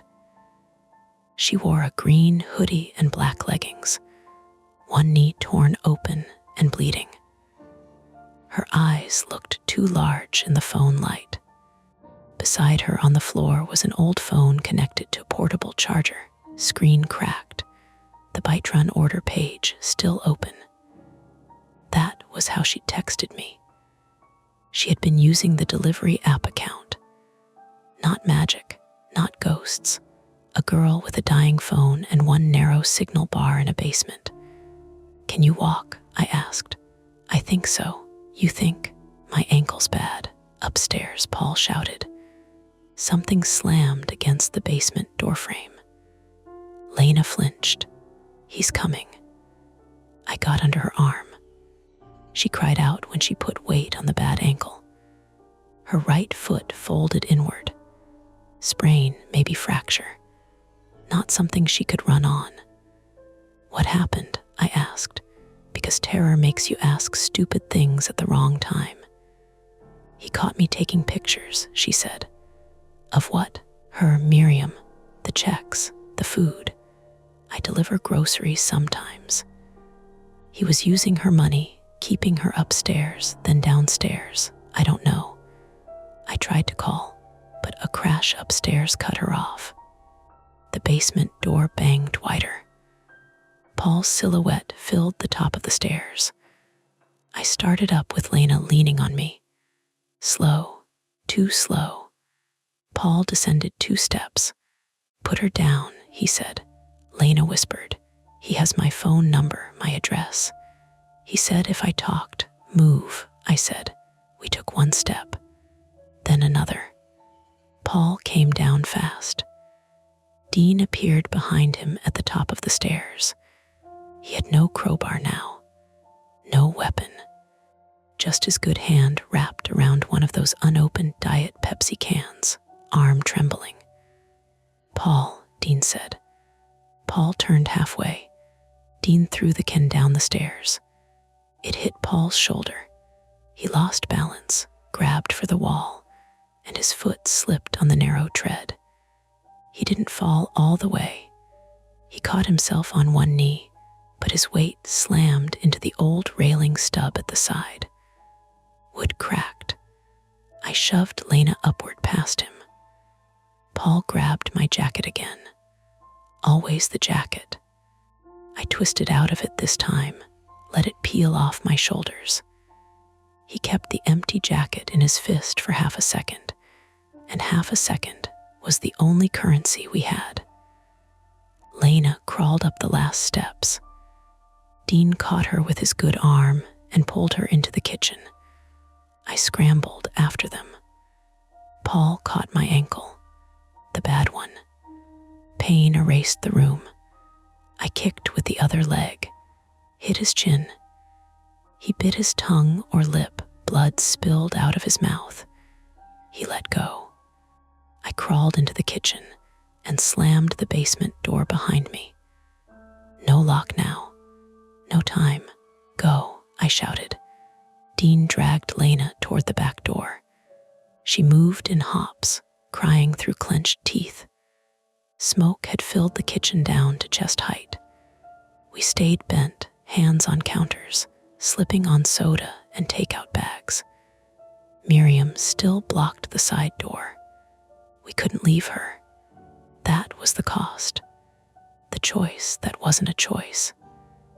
Dean got Lena through the back door into the yard, then turned back immediately. His face said he knew what I was about to say. No, he gasped. Miriam, I can't lift her. I know. I grabbed a stack of takeout bags from the floor and shoved them away from the side passage. The interior door to the side entry opened from the little hall near the kitchen. Miriam lay against it from the other side, half in, half out of reach, trapped by the angle. Dean and I pushed from inside while Lena, sobbing in the yard, shouted that Paul was coming up behind us. We got the door open 4 inches. Miriam's hand slid through. Then Paul hit the basement door from the other side. Once, twice. The wood cracked. Dean said, "We have to pull her through. She's pinned, then move her. She's elderly, her hip. If we leave her, she dies. Procedure versus person." Again. This time I chose fast. I reached through the gap, took Miriam under both arms as best I could, and pulled. She screamed. A raw, tearing sound. I felt something shift wrong in her shoulder. Maybe I hurt her. Maybe I saved her. Maybe both. Dean pushed the door from inside with his shoulder. I pulled. Miriam slid inch by inch over the threshold, her compression sock dragging through broken glass and soda. Her face appeared, gray and slick with sweat, eyes half open. "Sorry," I kept saying. I'm sorry. The basement door burst open behind us. Paul came through low, coughing, eyes red, blood on his mouth. Dean shoved Miriam's legs clear and stumbled backward. Paul grabbed him by the shirt. They crashed into the stove. A burner knob snapped. Gas hissed. That sound cut through everything. Not loud, just steady. Hiss. Everyone heard it. Even Paul, his face changed. The smoke, the electrical smolder, the open gas. The kitchen full of people and panic. No one needed to explain the math. I grabbed Miriam under the arms and dragged her toward the back door. Dean tore free from Paul by leaving part of his shirt in Paul's fist. Lena, from outside, crawled back just enough to grab Miriam's wrist and help pull. Her injured ankle dragged uselessly behind her. Paul reached for me one last time, not to stop me, to climb over me. Survival had finally entered him. I swung the crowbar up from the floor, not at his head, not to kill him, but into the inside of his knee. He collapsed hard, screaming, and his hand landed on the broken glass in the sink. I got Miriam over the threshold. Dean fell out after me. Lena rolled away from the door. I stumbled into the yard and kicked the back door half shut behind us. Not sealed, not safe, just not open to the gas-filled kitchen. Inside, Paul was still moving. He dragged himself toward the door, one leg useless under him, blood streaking the floor from his hand. For 1 second, I almost helped him. That's the scar I don't talk about. Not that I wanted him dead. I didn't. But I hesitated. After everything, I hesitated. Dean saw it. He grabbed the back of my shirt with his good hand and yanked me away. Marcus. We fell behind the trash bins as the first fire truck siren finally rose close enough to shake the alley. There was no explosion. Real life denied even that drama. Instead, the kitchen window belched a thicker black smoke, and a small orange flame showed itself at the outlet below the microwave, eating the wall. Paul crawled to the doorway and collapsed halfway over the threshold, coughing so hard he couldn't stand. I threw the key ring into the mud near him. "Unlock the gate," I shouted, though I didn't know if he could understand me. Then I crawled to Miriam. She was breathing badly, eyes fluttering. Her shoulder sat wrong under her cardigan. Her lips had a bluish edge. Lena kept saying her name like a prayer. Miriam, Miriam, Miriam. Dean was on his back, staring up at the wet sky, his broken wrist clutched against his chest. "You got her?" he asked. "Yeah, the girl." "Yeah," he nodded once. Then his eyes closed. "Dean." He didn't answer. For one brutal second, I thought we'd traded one life for another. Then he groaned, "I'm not dead. Stop hovering." I laughed. It came out like coughing. Red and blue lights hit the alley a moment later, flashing over the van, the bent gate, the smoke, the spilled soda, the takeout bags. All the stupid, ordinary things that had become tools and evidence. The central threat ended there, not cleanly, not with a speech or a confession. Firefighters cut through the pinned gate. Police dragged Paul away from the back doorway in cuffs after medics checked his hand and knee. He screamed about trespassing until smoke took the rest of his voice. Miriam went onto a stretcher with an oxygen mask and one arm strapped gently across her chest. Lena clung to a paramedic's sleeve and would not let anyone male stand behind her. And me. I stood beside my Honda with no jacket, blood drying on my hand, one shoe soaked through with soda and mud, listening to my phone buzz again. One final message from the unknown number, from Lena's cracked phone maybe, from the app catching up, from whatever broken path had connected us. Delivered. I looked at the word until the screen dimmed. Then I put the phone face down on the hood of my car and let the sirens fill the street. The ambulance doors closed on Miriam Halpern at 10:47 p.m. I remember the exact time because I was staring at my phone when it happened, not because I wanted to know, but because I needed something with numbers on it. A clock, a battery percentage, a delivery map still frozen on Calder Street, with my little car icon sitting there like I was parked outside any other house, waiting for any other customer to come get any other bag of food. The phone said I had one missed order, 2 warnings from Bytron about declining too many requests, and a final message from the unknown number. Delivered. I didn't delete it. I didn't answer it either. A paramedic put 2 fingers under my chin and told me to look at him.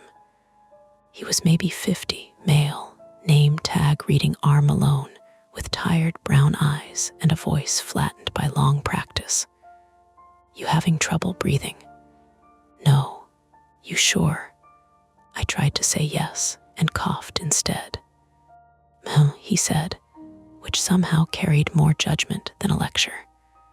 "Sit on the bumper." I sat on the open back bumper of the ambulance because my legs had started shaking now that nobody needed them. That was the unfair part. During the worst of it, they worked. Afterward, when the street was full of uniforms and radios and neighbors in slippers, my knees went soft like they had been waiting for permission. Dean was on the curb across from me, wrapped in one of those silver emergency blankets that made him look like a badly packed leftover. His left forearm had been splinted.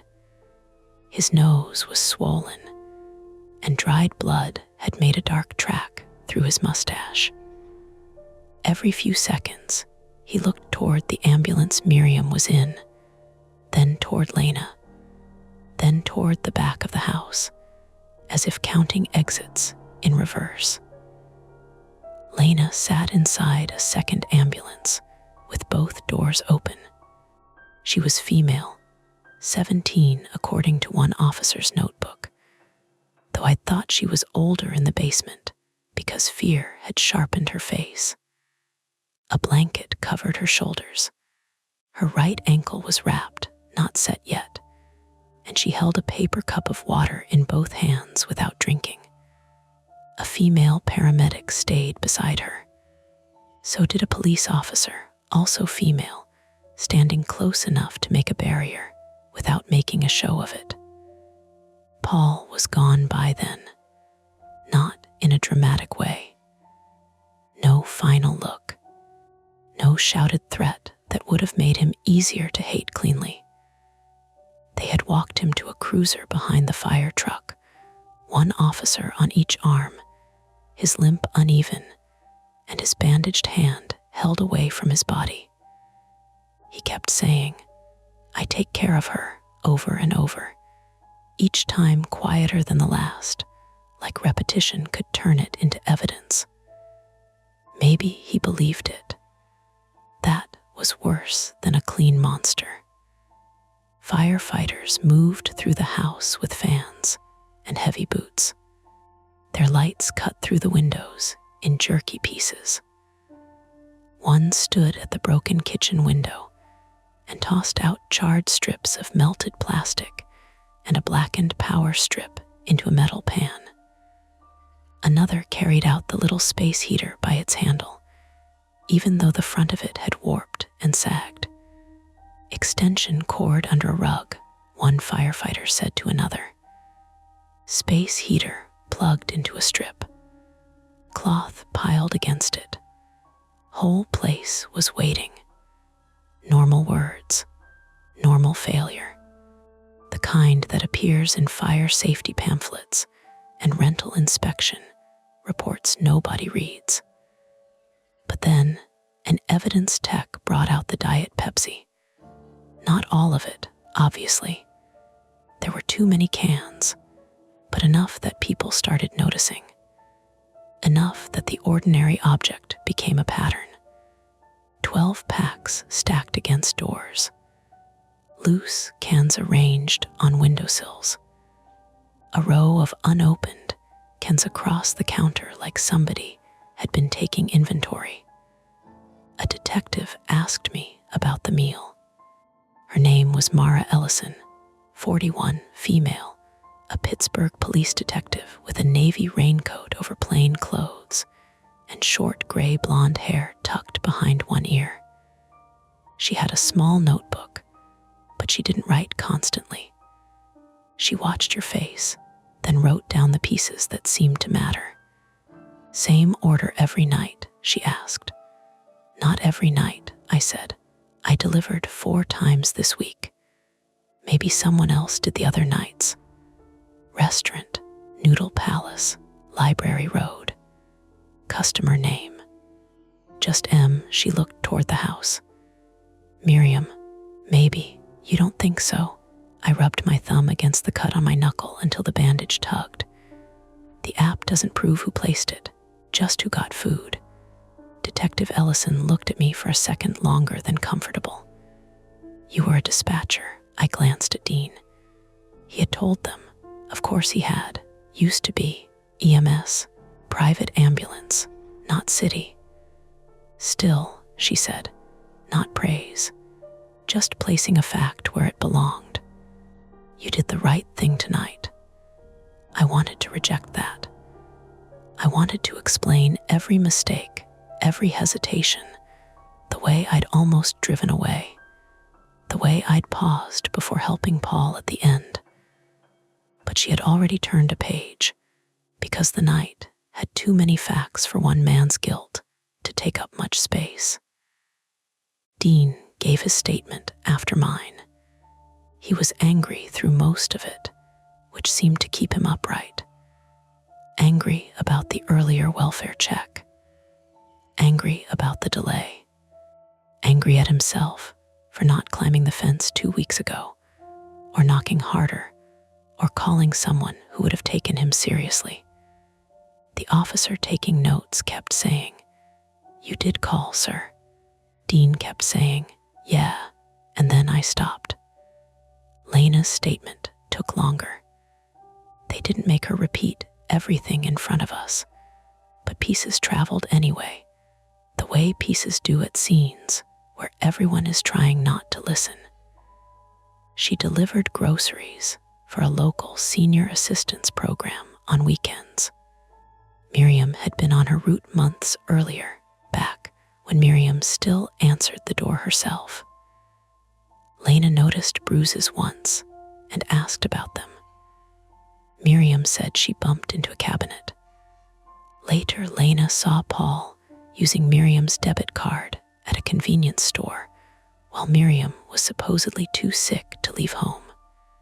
She took pictures. She asked the wrong questions. Paul caught her near the back door 3 nights before we found her. 3 nights. The number sat in my head and would not dissolve. He hadn't planned some elaborate kidnapping, Detective Ellison told another officer near the cruiser. That was almost clear already. It was uglier because it was messier. An impulsive act, then a series of increasingly desperate choices to cover it. He locked Lena in the basement storage room, kept Miriam confused, frightened, medicated maybe. They were waiting on hospital tests, and used food orders to make the house look inhabited from the outside. Same meal, same routine. No knocking, no calling. The delivery was camouflage. The meal was a curtain. Tasha from Noodle Palace showed up around midnight. I didn't know anyone had called her. Maybe the police. Maybe Dean, once his phone got recovered from the side path. She parked crooked behind my Honda, got out in her red apron and black hoodie, and stood staring at the fire trucks with one hand over her mouth. Tasha Bell, 29, female, night cashier at Noodle Palace, looked smaller outside the restaurant, without the counter between her and the world. Her hair scarf was coming loose at one side. "You okay?" she asked me. It was such a normal question that I had no idea how to answer. Mostly, "That's not a real answer. It's the only one I've got." She nodded, then looked at the house. We kept making it. The order. "Yeah." Her voice went quiet. I joked about it. I said, called her again, like it was funny. "I delivered it. That's different." "Not really." She stood beside me by the Honda, both of us watching firefighters carry box fans onto the porch. The old Christmas wreath had been taken down and set on the steps. Up close, in emergency light, It looked worse than faded, dusty, sticky. There were small bits of paper tangled in it. Receipt corners, maybe. I wondered how many deliveries had brushed past it. Tasha said, "We keep customer notes in the system. You know, not for drivers, for us." I turned. "What kind of notes?" She swallowed. "Manager wrote one last month. Customer requested strict no contact. Do not add utensils. Do not include fortune cookies. If driver asks, say customer preference." "Why?" Paul called. Said his aunt had OCD. Said extra stuff upset her. It was plausible. That was the rotten core of the whole thing. Every part had been just plausible enough to pass through busy hands. An elderly woman who didn't want visitors. A nephew who handled things. A no-contact delivery note. A welfare check answered at the door. A girl who maybe ran away, maybe didn't, depending on who bothered to ask. Tasha wiped under one eye with her sleeve, angry at herself for doing it. "I should have thought that was weird." "You did. Not enough. Nobody had enough." That was what I wanted to say. But it sounded like forgiveness, and none of us were ready for that. Sometime after 1 a.m, Detective Ellison told me I could go to the hospital or go home. But if my breathing got worse, I had to get checked. She also told me not to discuss details online, which made me laugh once because the idea of turning that night into a post felt obscene. My car still smelled like old fries. The driver's seat was damp from my clothes. My delivery jacket was gone, left somewhere in the kitchen or basement, probably bagged as evidence. Started the Honda with my bandaged hand and sat there while the heater coughed lukewarm air at the windshield. Dean came over before I pulled away. "You driving with that foot?" he asked. "I can manage." He looked down at my shoe. "You always this stupid, only professionally." He almost smiled, almost. For a moment, we were just two men on a wet street after something terrible, with nothing useful left to do but insult each other gently. Then he said, "You didn't freeze." I knew what he meant. I wished he hadn't said it. I froze plenty. "Yeah," Dean said. "Then you moved." He tapped the roof of my car with his good hand and stepped back. The emergency blanket dragged behind him like a torn cape. I drove home through streets that looked washed clean and empty. Pittsburgh after midnight has a way of making hills feel steeper than they are. Stoplights blinked over intersections with no cars. Fast food signs glowed. Somewhere, someone was still ordering dinner from a couch, annoyed by fees.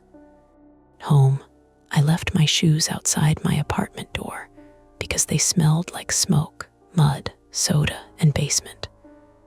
I showered until the hot water ran thin. Brown water circled the drain at first, then pink from the cuts, then clear. I lay down at 3:18 a.m. At 3:42, my phone buzzed. I sat up so fast my ribs cramped. It was a bite-run notification. "Your account has been temporarily paused while we review a recent incident." That was the first time I cried. Not because of the pause. Not really. Because the app had found a way to make even this administrative. The days after were full of small official things.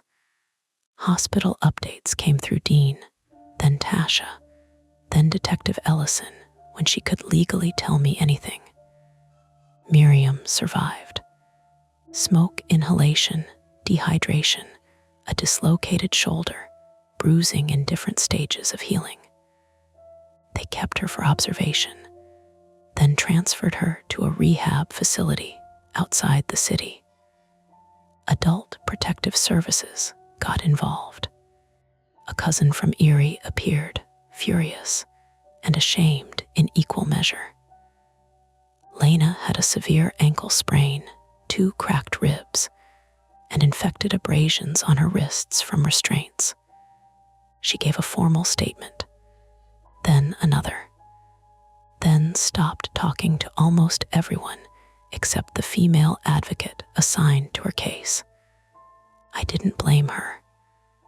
I had been in her life for one night and already felt like too much. Dean's wrist was broken. He needed surgery. He complained about the hospital food, the sling, the detective, the way local news called him a concerned neighbor, like he'd written a letter about potholes. He also started leaving his porch light on every night, not flickering, steady. Paul was charged with a list of things I only half understood at first: unlawful restraint, aggravated assault, elder abuse, reckless endangerment, financial exploitation, and later more charges after they went through Miriam's accounts and Lena's phone. His lawyer hinted at caregiver stress. The phrase made Tasha so angry she banned his name from Noodle Palace. Caregiver stress doesn't padlock a door, she said. She was right.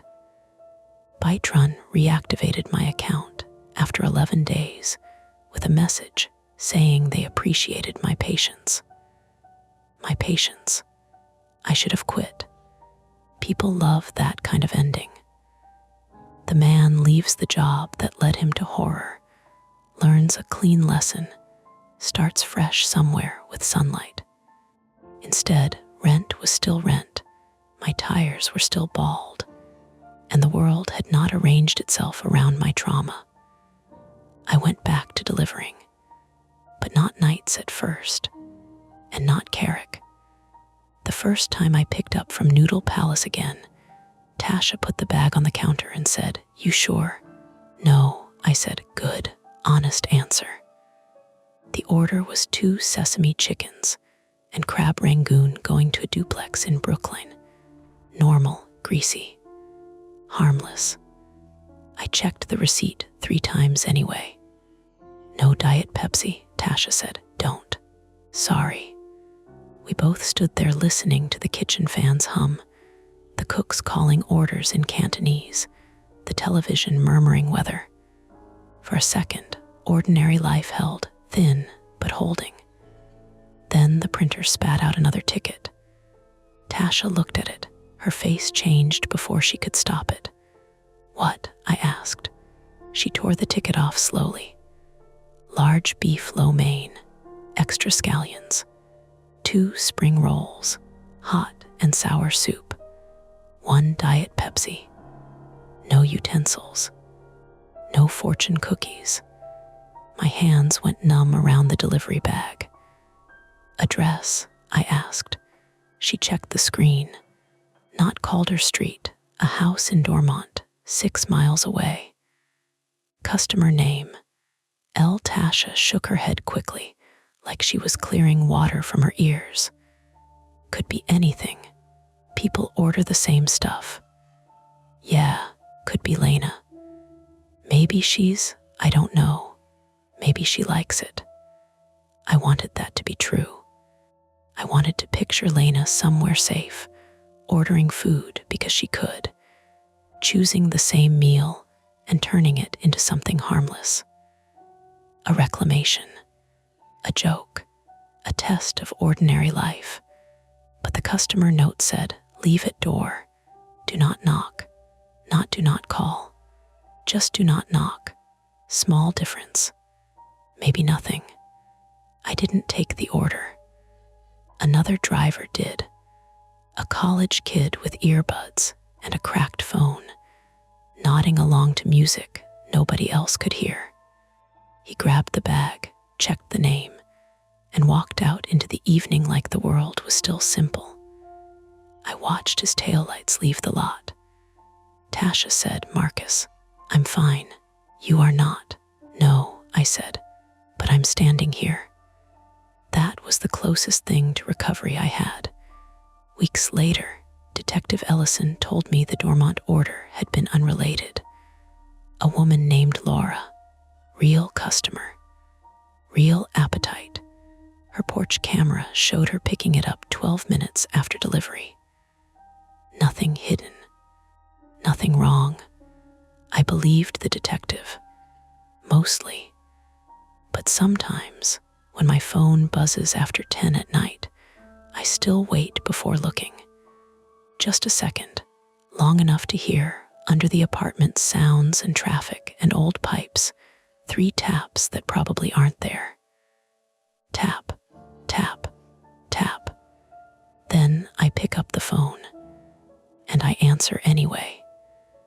And that's the end of today's chilling tale.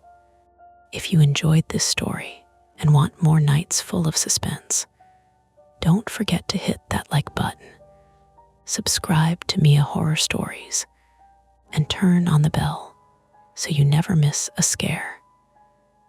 I've got plenty more stories waiting for you, so stick around and check out the other videos on the channel. Thanks for watching, and until next time, stay safe and don't look behind you. Hey everyone, this is Mia Horror Stories, and the title of today's horror story is "The Mirror in My Hotel Room Shows Me Sleeping Before I Fall Asleep." For your comfort, the screen will stay black throughout the video, so you can relax without strain and just focus on the story. Make sure you stick around until the end. Sometimes the last few moments are the ones that stay with you the longest. The first thing I noticed was that the mirror had me at the wrong angle. Not wrong in the dramatic way, not floating 6 inches off the floor or showing a room that wasn't there. Nothing that useful. It was just a little off. In the tall mirror screwed to the inside of the wardrobe door, my reflection was lying on the bed with one arm over my face, shoes off, shirt wrinkled, looking like I had already given up on the day. But I was standing by the desk with my phone in my hand, still wearing my jacket, listening to the old radiator click like someone tapping a fingernail against a glass. My name is Daniel Mercer, 34, male, from Chicago.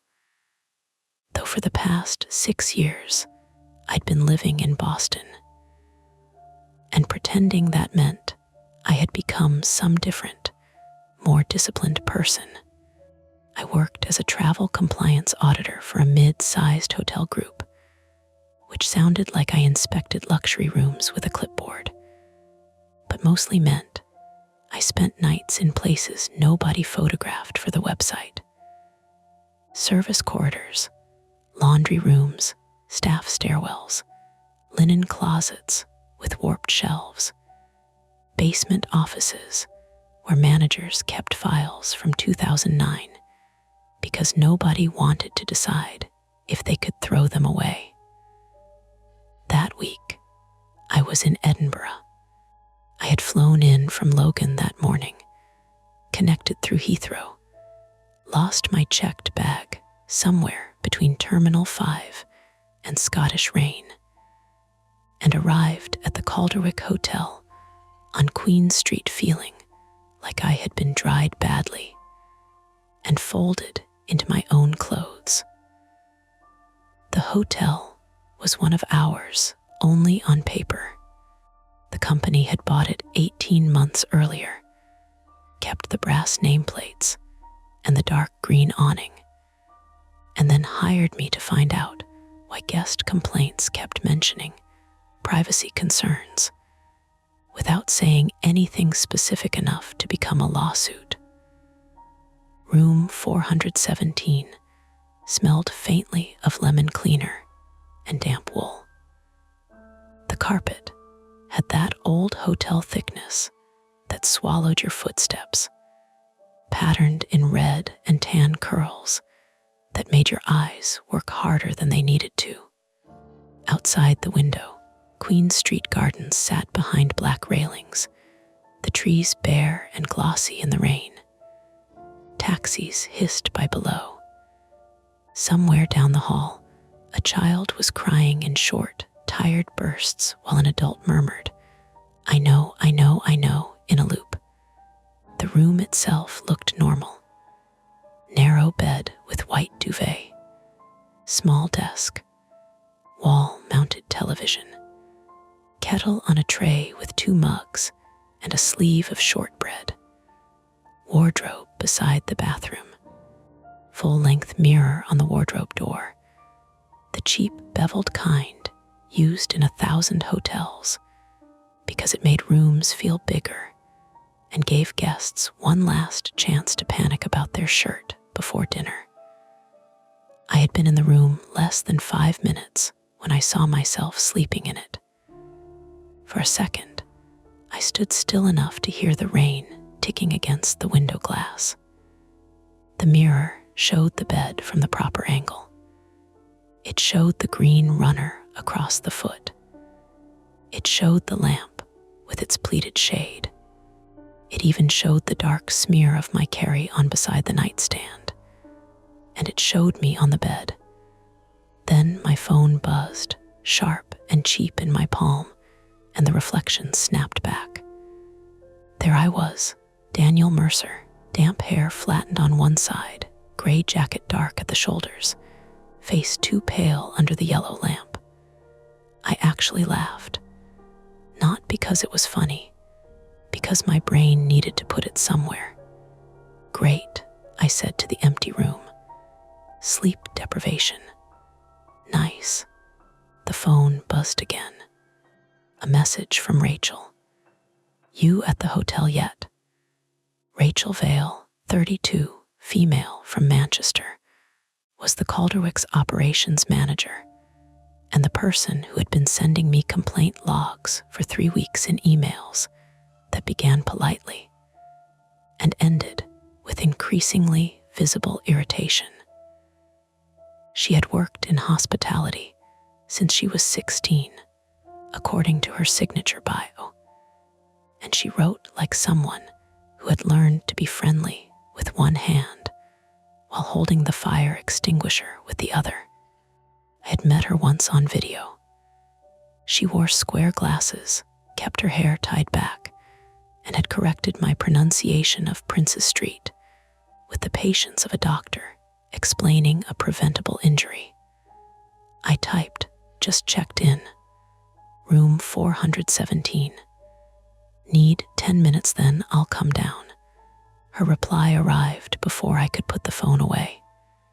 "Take 20. You look like you crossed the Atlantic in the overhead bin." That was Rachel.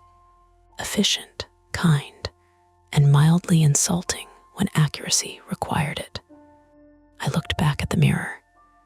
Still me. Standing, phone in hand. Jacket wet. Normal. I told myself the obvious explanation. I had glanced at the bed, then the mirror, then my brain patched the images together in the sloppy way brains do when you've been awake for 26 hours and eaten nothing but airport coffee and a packet of almonds. A reflected room can trick you. Mirrors reverse space. Old lighting flattens depth. I knew this. I had written inspection notes about badly placed mirrors, making housekeeping carts look like people standing in open doorways. That should have been enough. I took off my jacket and hung it on the back of the desk chair. The chair made a small wooden squeal against the carpet. I checked the wardrobe because that was habit. Hangers, safe, extra blanket sealed in a plastic bag, iron, folding luggage rack. The mirror flexed slightly when I opened the door, bowing the reflected room for half a second. There. Cheap glass. Loose backing. Distortion. Mystery solved by procurement. My private fear, the one I never put into words because it sounded too melodramatic for a man who owned 3 identical navy shirts, was that I couldn't always trust myself when I was tired. Not in a dangerous way, not usually. But after my divorce, during the long months when I was traveling almost every week and sleeping in a different bed every 3rd night, I started losing little pieces of time. I'd leave my keycard in the bathroom sink, find an email drafted but not sent, wake up convinced I'd heard knocking. Once, in Denver, I came to in a stairwell at 2 in the morning wearing socks and no shoes, holding my laptop charger like a weapon. The doctor said stress. The therapist said hypervigilance. My ex-wife said, "Daniel, you keep acting like exhaustion is a personality." She wasn't wrong. So I had rules, photos of room numbers, alarm labels with cities attached, no minibar alcohol on work nights, no sleep medication unless I had 8 full hours, no investigating weird noises after midnight unless I had shoes on and my phone in my pocket. I took a photo of 417's door when I arrived. I took another of the room from the entrance, because that was part of the audit anyway. The bed, the wardrobe, the mirror. When I checked the photo, the mirror showed only me holding up the phone. I zoomed in until the image broke into bright squares. Nothing. Downstairs, the lobby of the Calderwick was all polished wood and tired velvet. A grandfather clock stood near the elevators, its pendulum moving with a soft mechanical clunk. The air smelled of coffee, raincoats, and the faint metallic heat of old pipes. A couple in matching waterproof jackets argued quietly over a folded map. Behind the front desk, a young man with a blonde undercut was explaining to someone on the phone that no, the hotel could not guarantee a castle view because the castle had not moved closer since booking. Rachel saw me from the small office behind reception and lifted 2 fingers in greeting without slowing down her conversation. She was shorter than I expected, compact, moving with quick, controlled steps. Her glasses had red frames. There was a pen tucked behind her ear and a radio clipped to her waistband, hissing every few seconds with voices from housekeeping. "Daniel Mercer," she said when she reached me. "You're alive." "Barely. That's the preferred state for corporate visitors." She offered a hand. Her grip was dry and firm. Rachel Vale, 32, female, Manchester originally. "Since you Americans like full introductions." I blinked. She smiled. "Your audit questionnaire asks for staff demographics in the most frighteningly legal language I've ever seen." "Sorry. That form predates me. Everything bad predates someone." She nodded toward the office. "Coffee. I should probably have water. So coffee." The office behind reception was barely large enough for 2 desks and a filing cabinet.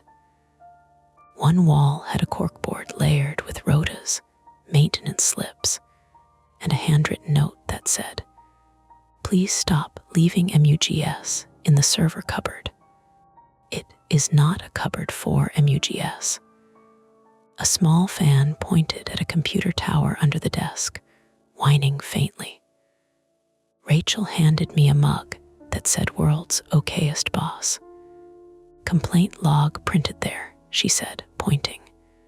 "Digital copy in your inbox. CCTV access on that terminal. Maintenance reports in the blue folder.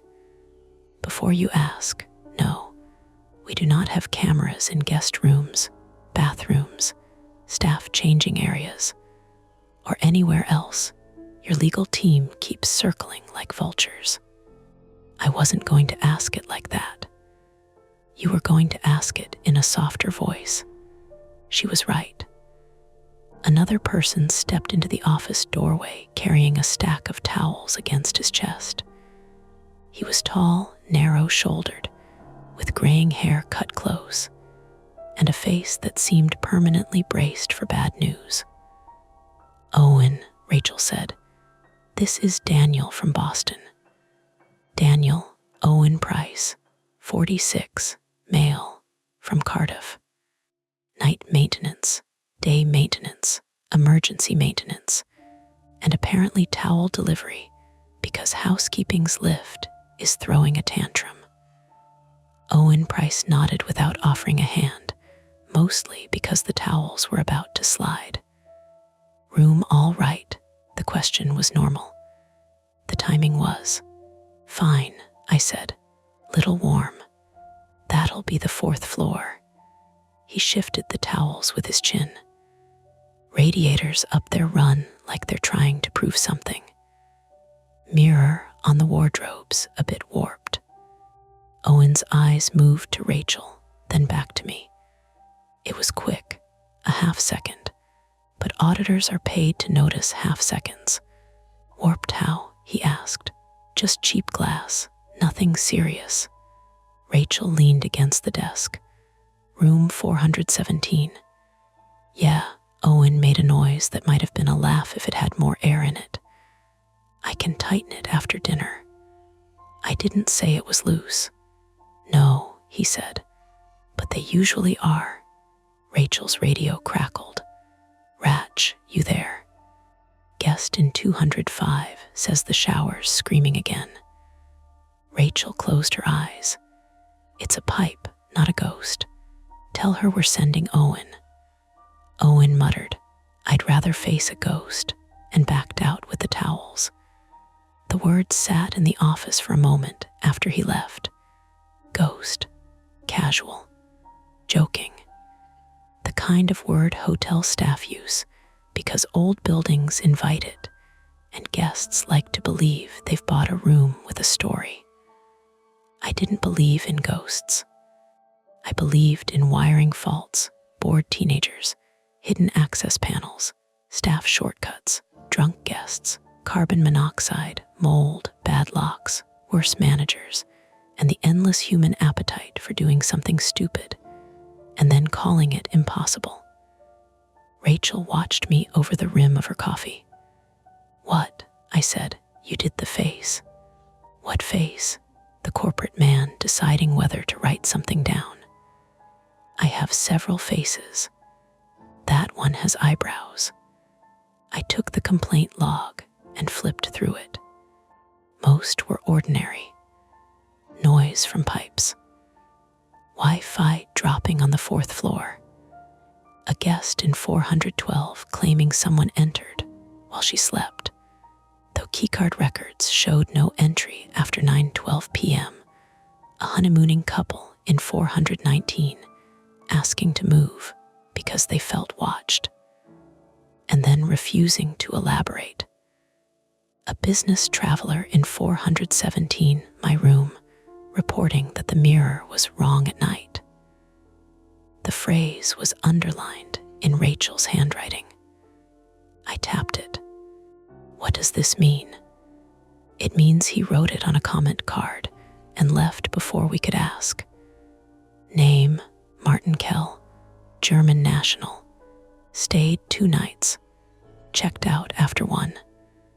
Booked through a third party, so good luck getting more than a dead email address. Any staff incidents?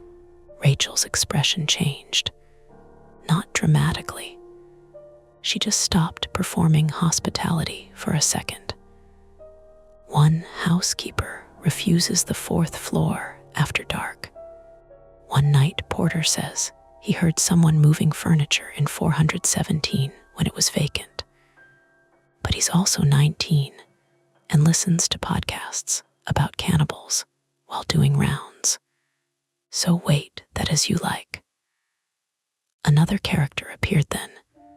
Mason Bell, 19, male, from Leeds, the night porter in question. He leaned into the doorway, wearing a black hotel waistcoat slightly too large for him, and holding a packet of crisps. He was clearly trying to hide behind his clipboard. He had acne along his jaw and the alert, embarrassed posture of someone who wanted to be taken seriously, but expected not to be. "Ratch," he said. "Sorry.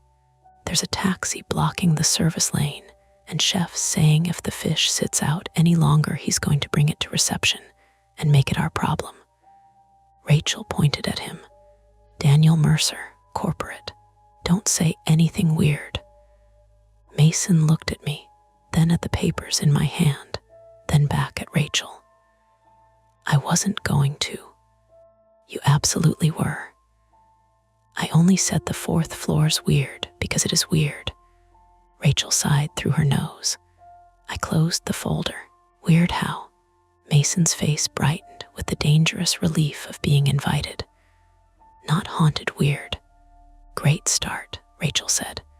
"No, I mean practical weird. Doors showing open when they're shut. Guests saying the TV turns on, but it's the remote from next door sometimes bleeding through," Owen said. "Lights in the corridor dimming when the lift moves. That kind of weird." He hesitated. "And noises." "What noises?" "Like someone getting into bed." The office fan whined under the desk. In the lobby, the grandfather clock gave a single clunk. Rachel said, "Mason." "What?" he asked. I kept my voice light. "From inside empty rooms, mostly 417. He pushed the crisps deeper behind the clipboard. "Once from 416, but that was Mr. Nairn snoring through the wall, so that doesn't count."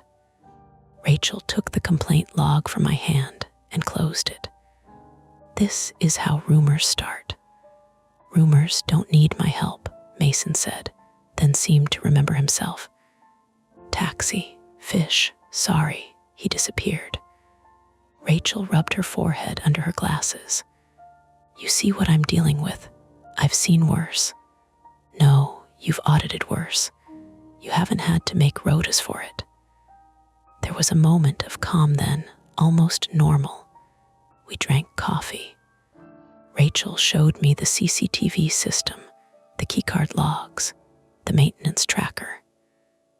The lobby moved around us in ordinary hotel rhythms. Wheels over tile, phones ringing, the lift chiming, raincoats shedding water onto mats. My body began to believe in the world again. I was tired, yes. I had misread the mirror, yes. The hotel had electrical issues, staff folklore, and vague complaints. That was a pattern. Patterns could be tested. At 7:40 p.m., I went back upstairs to change for dinner and begin the room inspection properly. The 4th floor corridor was narrower than the lobby suggested, with cream walls, green carpet, and brass sconces that made more shadow than light. The lift doors closed behind me with a rubbery sigh. Somewhere behind the walls, plumbing knocked twice. Then again, a cough of pipes. My room key worked on the second try. Inside 417, the radiator had made the room too warm. The window glass was fogged at the edges. My jacket still hung over the chair. My carry-on still sat beside the nightstand. Everything was where I had left it. Almost. The bed had a shallow crease across the duvet. Not a body-shaped imprint. Not even close.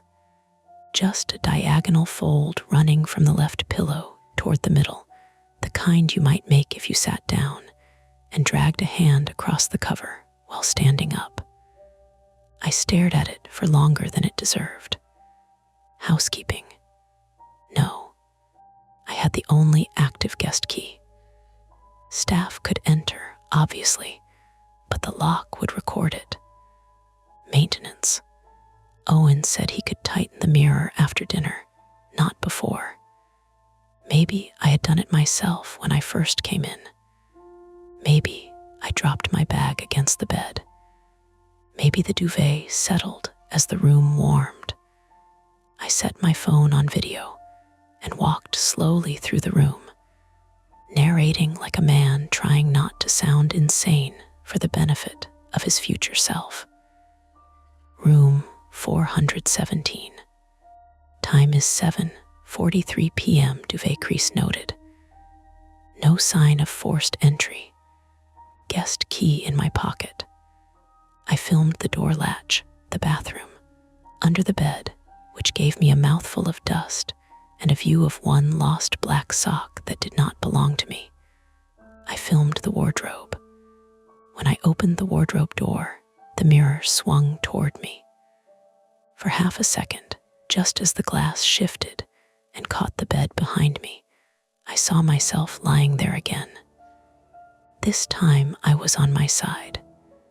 Shoes off, face turned toward the wall.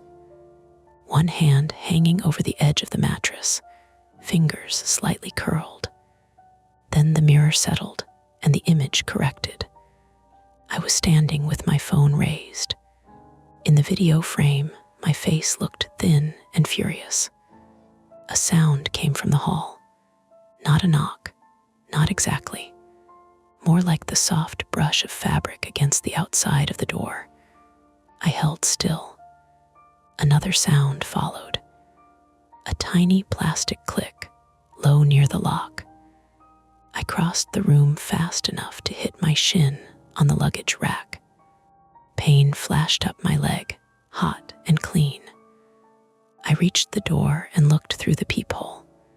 The corridor was empty, but a white envelope lay on the carpet outside my door, pushed close to the threshold. I opened the door with the chain still on. The hall smelled of carpet shampoo and old heat. Down by the lift, one sconce flickered with a dry electrical buzz. No footsteps, no voices. I crouched, keeping the chain tight, and pulled the envelope inside with 2 fingers. No name, no hotel logo. Sealed. Inside was a folded sheet of Calderwick stationery. One sentence, written in block capitals with a cheap ballpoint pen that had blotted at the corners of the letters. Don't sleep where it can see you. I stood there with the chain across the door and the note in my hand, listening to the radiator click behind me and the lift cables hum somewhere beyond the wall. My first instinct was to call Rachel. My second was to laugh again, because it had to be staff. Mason, probably, or Owen with his dry Cardiff face. A prank aimed at the corporate visitor who had been asking about mirrors and complaints. Hotels ran on boredom and resentment. I knew that better than anyone. But my third instinct, the one I didn't like, was to turn around. The mirror on the wardrobe door faced the bed. The bed faced the mirror. Nothing moved in the glass. I could take the note downstairs, embarrass someone, check the cameras, and sleep in another room like a rational person with a functioning expense account. Or I could stay in 417 long enough to find out whether this was a prank, a staff problem, a guest access problem, or something worse hiding under the shape of nonsense. My phone buzzed. Rachel, you coming down, or did the radiator finally cook you? I looked at the note again, then at the mirror. For the first time since I arrived, the room felt too small to contain all its ordinary explanations. I picked up my phone, and typed with my thumb hovering over send, not yet sure whether I was asking for help or inviting someone else into a joke that might not be a joke at all. Can you check the hallway camera outside 417? And don't send Mason up here yet. Rachel didn't call me back. That was the first bad sign. Not because she owed me an instant response. I'd known the woman for about 2 hours. But because she had the reflexes of someone who answered problems before they finished forming. Even her texts had posture. Quick, clipped, already moving. Instead, my message sat there with one gray tick. Then the lights went out, not all at once. The bedside lamp blinked twice, like someone had tapped the switch with a wet finger, and the television made a soft popping sound from the wall. The radiator kept clicking. The bathroom extractor fan wound down with a tired little whine. The room dropped into the gray-blue light from the window, rain smearing the glass so the city outside looked rubbed out. I said, "Nope," out loud, because apparently that was who I was now. The emergency light above the door came on a second later, a flat green glow that made the wardrobe mirror look darker than the rest of the room. My phone showed 7:51 p.m. and 34% battery. No service bars. The hotel Wi-Fi had vanished. The note lay on the desk beside my open inspection folder. Don't sleep where it can see you. I picked it up again, then hated that I had picked it up again. The paper was ordinary. The ink smelled faintly chemical, like a cheap pen leaking in a pocket. I turned it over, checked the corners, held it near the window. Nothing hidden. No indentation except the letters pressed hard enough to bruise the stationery. A human being had written it. A human being had walked up to my door and pushed it under. That helped. It also made everything worse. I called Rachel. The call failed before it rang. I tried the front desk, same thing. I walked to the room phone, lifted the receiver, and got a dead plastic hush. "Fantastic," I muttered. My shin throbbed where I'd clipped the luggage rack. I could feel a lump rising under the fabric of my trousers. It grounded me in a way pain sometimes does. There was a body here, mine. It occupied space. It could be hurt by furniture. Whatever was happening, it had to move through the same ordinary world as I did. I put my shoes back on. That was one of my rules. Before leaving, I dragged the desk chair across the carpet and wedged it under the wardrobe handles so the mirror door couldn't swing open on its own. It was ridiculous. The mirror was screwed to a door, not alive, not clever, not looking at me. But the chair legs bit into the carpet with a satisfying resistance. And for half a second, I felt less like a man being herded by his own imagination. In the mirror, under the green emergency light, I saw my reflection standing behind the chair. Only my reflection. I left the room with my phone recording in my jacket pocket, camera angled outward. Another ridiculous thing. Another rule made up on the spot.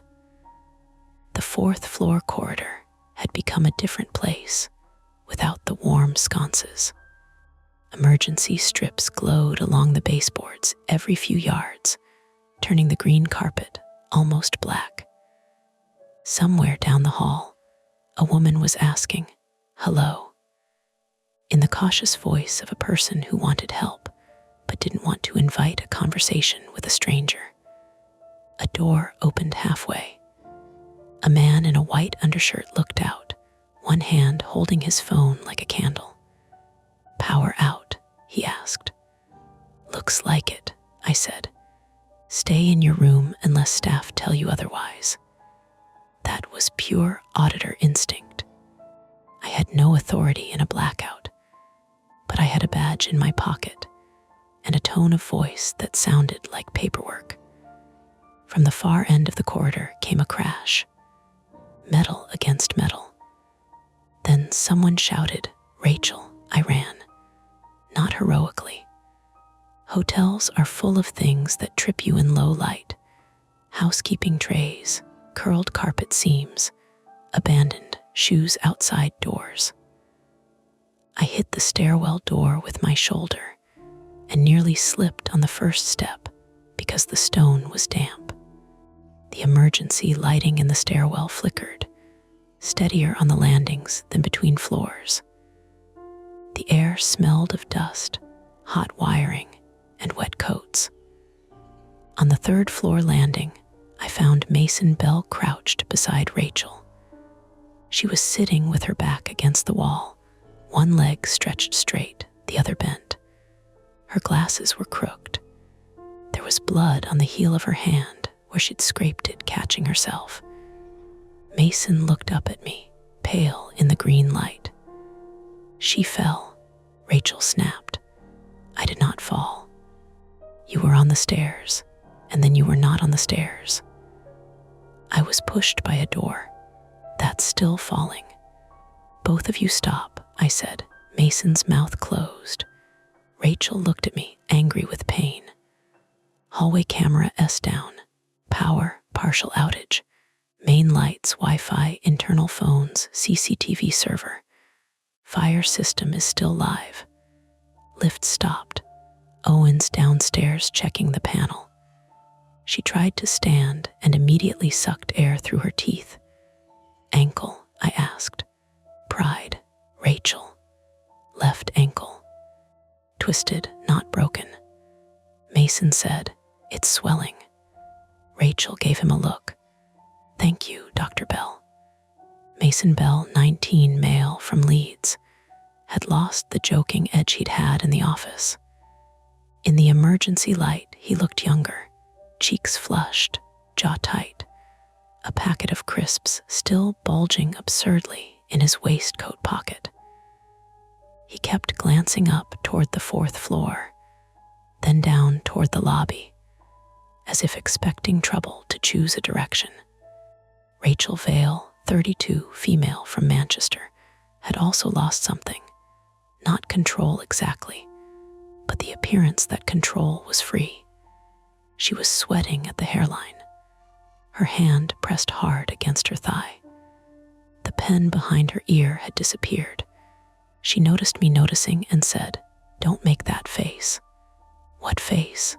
"The one that decides I'm a liability. You're injured. I'm still the manager." "That's not the same thing." Mason raised one hand halfway. "There's another problem." Rachel closed her eyes. "Of course there is," he swallowed. "The American lady in 419 can't find her daughter." The stairwell seemed to contract around that sentence. I heard, distantly, a door opening somewhere above us, a guest coughing, rain tapping against a high window. Rachel's expression went completely still. "Say it properly." "She came out when the lights went, Mrs. Whittaker. She said her kid was in the room, then she was. I thought maybe the girl went to the lift because kids press buttons, so I checked. But the lifts are dead. Then Rachel was coming up to check the fourth floor corridor because of your text, and I opened the stair door," Rachel said, jaw tight, "and someone on the other side pulled it hard enough that I lost my balance." Mason stared at her. "You didn't say that." "I'm saying it now."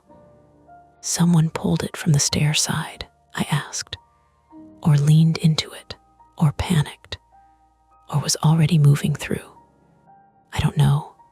She looked furious at the uncertainty. The door hit my shoulder. I went down 2 steps. Mason found me. And the child, Mason said, still missing. That became the concrete shape of the night. Not the mirror, not the note, not my reflection lying in bed like a bad trick of glass and fatigue. A missing child on a dark hotel floor with cameras down and lifts frozen between levels. Everything else could wait. How old? I asked. 8, Rachel said. 9. Guest file will say. Room 419. Mother's name is Elise Whittaker.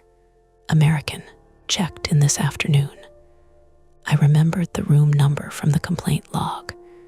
The honeymooners had been in 419 months earlier. Felt watched. Refused details. No, not useful, not now. Rachel tried to stand again. I put a hand out, and she slapped it away before accepting Mason's arm instead. Pride first, assistance second. We need to start a floor search, she said. Now, Mason, you take 3 and 2. Knock every door, ask guests to stay inside, ask if they've seen a little girl. Daniel, 4th floor with me. You can't do stairs, I said. I can do 1 floor. You can't chase a missing kid on a bad ankle in a blackout. I know the building. And you're about to become the 2nd person we're looking for. Her face sharpened. Careful. There it was. The small disagreement that could eat time. 2 tired people, both afraid of the same thing, arguing over who got to be useful. My flaw was simple and ugly. I didn't trust other people to handle emergencies when I could see a procedure forming in my head. Rachel's was adjacent. She would rather bleed into the carpet than admit her hotel had slipped beyond her control. Mason looked between us, desperate. Can we fight after we find the child? Rachel exhaled. Fine. Daniel takes 4th. I coordinate from reception. You need help downstairs, I said. Owen S. there. And if Owen's not? A sound came from below, 3 sharp bangs on metal. Then Owen's voice, echoing faintly up the stairwell. Rachel. It wasn't a call for paperwork, it was fear. Rachel pushed off the wall before either of us could stop her. I'm going down. Rachel, if Owen's shouting, the panel's bad. Mason said, What about the girl? Rachel looked at me. There was no ceremony in it, no trust-building speech, just a decision made under bad light. Daniel, she said, find Lily Whittaker. Room 419. Small, brown hair, pink jumper, according to her mother. If you find her, you bring her to the lobby. Not your room, not the office. Lobby, the specificity lodged in me. Why not my room? Rachel didn't answer fast enough. Mason noticed too. Ratch, she pulled a ring of keys from her belt and shoved them at me. Master key. It'll work on guest doors unless the deadbolt's thrown. Don't open occupied rooms unless you have permission. Don't go into staff-only areas alone unless you have to. And if you see anyone who doesn't belong on 4, what? Don't be polite. Then she started down the stairs, limping hard, one hand on the rail. Mason hesitated. Go with her, I said. She told me to take 3 and 2. She also almost fell down the stairs. Rachel, without turning around, shouted, I heard that. Mason looked relieved to be ordered by someone. He followed her down. I went up. The door to the 4th floor corridor resisted when I pushed it, as though the pressure had changed on the other side. It opened with a long rubber scrape. The corridor was not empty now. A woman stood outside 419 barefoot, wearing hotel slippers and a cream sweater thrown over what looked like pajamas. Her hair was twisted into a loose knot that that had half come apart. She had one hand pressed to her mouth, not covering it, just holding her lips in place. "Elise Whittaker?" I asked, turned toward me too quickly. "Are you police?" "No, I'm with the hotel, Daniel Mercer. We're searching now." Elise Whittaker, 38, female from Portland, Maine, had the brittle calm of a parent who had already screamed and found it did not produce the child. Her eyes were red but dry. She smelled faintly of peppermint toothpaste and rain-damp wool. There was a thin gold wedding band on a chain around her neck, but no ring on her hand. "She was right there," Elise said. "She was on the bed." I went into the bathroom. The lights went out. She laughed because she thought I'd done it. I said, "Stay there." I was in the bathroom for maybe 30 seconds, maybe a minute. When I came out, the door was open. Was it latched? I always latch it. Chain. It doesn't have a chain. Right. Older UK hotel. Door latch, deadbolt, no interior chain. Did she have shoes on? No. Socks. Yellow socks. Pink jumper. She had her tablet. Elise's voice cracked on tablet, of all things. "It has a blue case with stickers." "What's her full name?" "Lily Whittaker. She's 8. She doesn't wander. She gets nervous in lifts. She won't even go to hotel breakfast alone." My chest tightened. Nervous in lifts mattered. With lifts stopped, she wouldn't have gone that way willingly. Behind Elise, the door to 419 stood open. The room was lit only by the window and the green exit glow from the corridor. I could see a bed with a rumpled duvet, a child's backpack on the floor, a tablet charger plugged near the desk, and a half-eaten packet of biscuits on the nightstand.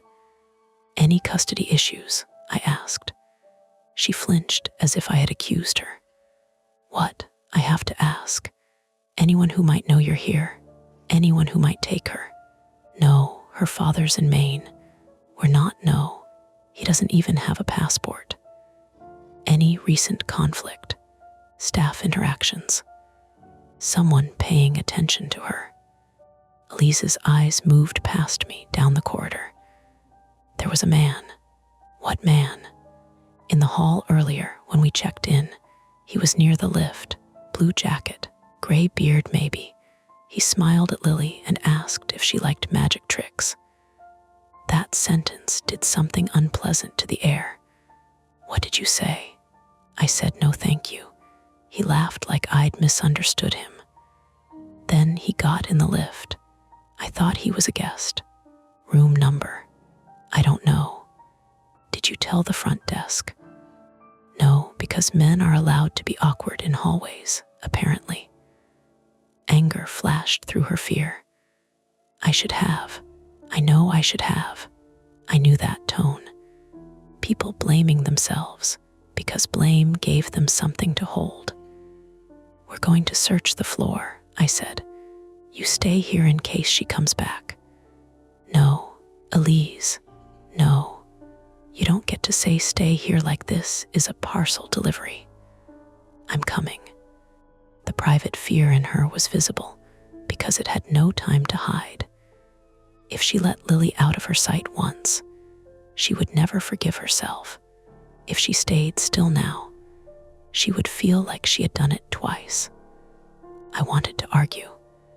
Procedure said keep the reporting parent in a known location.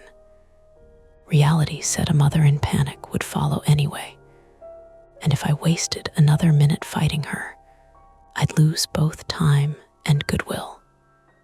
"Shoes," I said. She looked down, as if only then realizing she was barefoot. She ducked into the room and came back with trainers shoved on without socks. We started with the obvious places. The 4th floor had 12 guest rooms, a linen cupboard, a housekeeping closet, a narrow service stair at the east end, and the main stairwell at the west. I knocked hard on 420. A Scottish man in a bathrobe opened with his phone flashlight pointed at my face. No child. His wife called from inside. Ask about the Wi-Fi. I didn't. 421 was empty according to Rachel's printed occupancy sheet, but the master key still gave me a green light. I opened it with my shoulder holding the door while Elise stood behind me calling, "Lily." Into the gap, clean room, cold air, no luggage.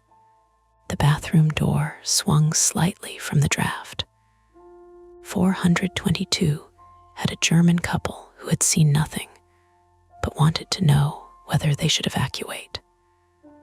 I told them not unless the alarm sounded. I hated that I didn't know if that was correct. In an outage, depending on the panel, depending on the fire doors, depending on generator load, depending on whether Owen's shout meant smoke or fault or something worse. My thoughts began stacking too fast. I stopped in the corridor and forced myself to count doors. Mine, empty. Lily's room, 420 occupied. 421 empty. 422 occupied. Procedure. Space. Sequence. Keep moving. Elise whispered, "What if she went into someone's room? Then we find her. What if someone pulled her in? Then we still find her." She gave a short, awful laugh. That's not comforting. I know. At 418, the master key clicked green, but the door did not open. Deadbolt thrown from inside. I looked at the handle. Elise noticed. "You said empty." "It's listed empty." "Then why is it locked?" "Good question." I knocked. "Hotel staff." "Is anyone inside?" No answer. I knocked harder. The sound disappeared into the room, thick and dull. From somewhere inside, something electronic made a faint chirp. Elise's head snapped up. "That's her tablet, you're sure?" "Yes, it does that when the battery gets low." I pressed my ear to the door. "Lily, my name is Daniel. Your mom's here. Can you answer me?" Nothing. Then, from inside 418, 3 soft taps. Not on the door, on the wall. Elise lunged for the handle. Lily caught her wrist before she could throw her weight into it. "Wait, my daughter is in there, or her tablet is. Move, Elise, listen to me. If the deadbolt's thrown, someone threw it from inside." The sentence landed, her breathing changed, shallower. Another chirp sounded from inside 418. Low battery, blue tablet case with stickers. A child who didn't wander. A man with a blue jacket and magic tricks. A room listed empty, deadbolted from the inside. I called Rachel again. No signal. I crouched and looked under the door. A thin line of darkness. No movement. No shoes. No light except a weak flicker, maybe from a device screen somewhere inside. "Do you have a master override for deadbolts?" I asked, mostly to myself. Elise said, "You're asking me." I stood. "There may be a mechanical override. Maintenance will have tools. Then get maintenance. That means leaving this door. Then I'll stay." "No," her face twisted. "You can't keep saying no to me. I'm not trying to control you. I'm trying to keep this from becoming 2 missing people and 1 locked room." That was too sharp. I knew it the second it left my mouth. Elise recoiled, and for half a second I saw the shape of every terrible thought she was holding back. "I'm sorry," I said. "That was, just open the door." A noise came from inside 418, not the tablet. A soft shift of weight. Fabric sliding over carpet. Then a man's voice, low and close to the door, said, "She's fine." Elise made a sound I hope I never hear from another person again. I stepped between her and the door. "Who is this?" I asked. No answer.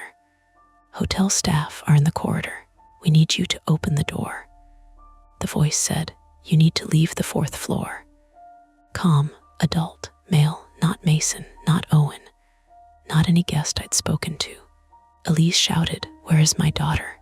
Behind me, a guest door cracked open. Someone whispered, "What's happening?" I raised my voice without looking away from 418. "Please return to your room and lock the door." The man inside laughed once. Barely a laugh, more breath against wood. Then the emergency lights flickered. For 1 second, the corridor went almost black, and in that second, I heard a child's voice from inside 418. "Mom." Elise shoved past me with a strength panic lends people and slammed both palms against the door. "Lily, baby, I'm here." "Don't," I snapped. "Back up." Too late. The door to the service stair at the far east end opened. I saw the shape there only because it blocked the green strip lighting. A person in a dark jacket, hood up or head bowed, standing half in the stairwell. Average height, broad shoulders. One hand held something pale, a key card. He was not inside 418.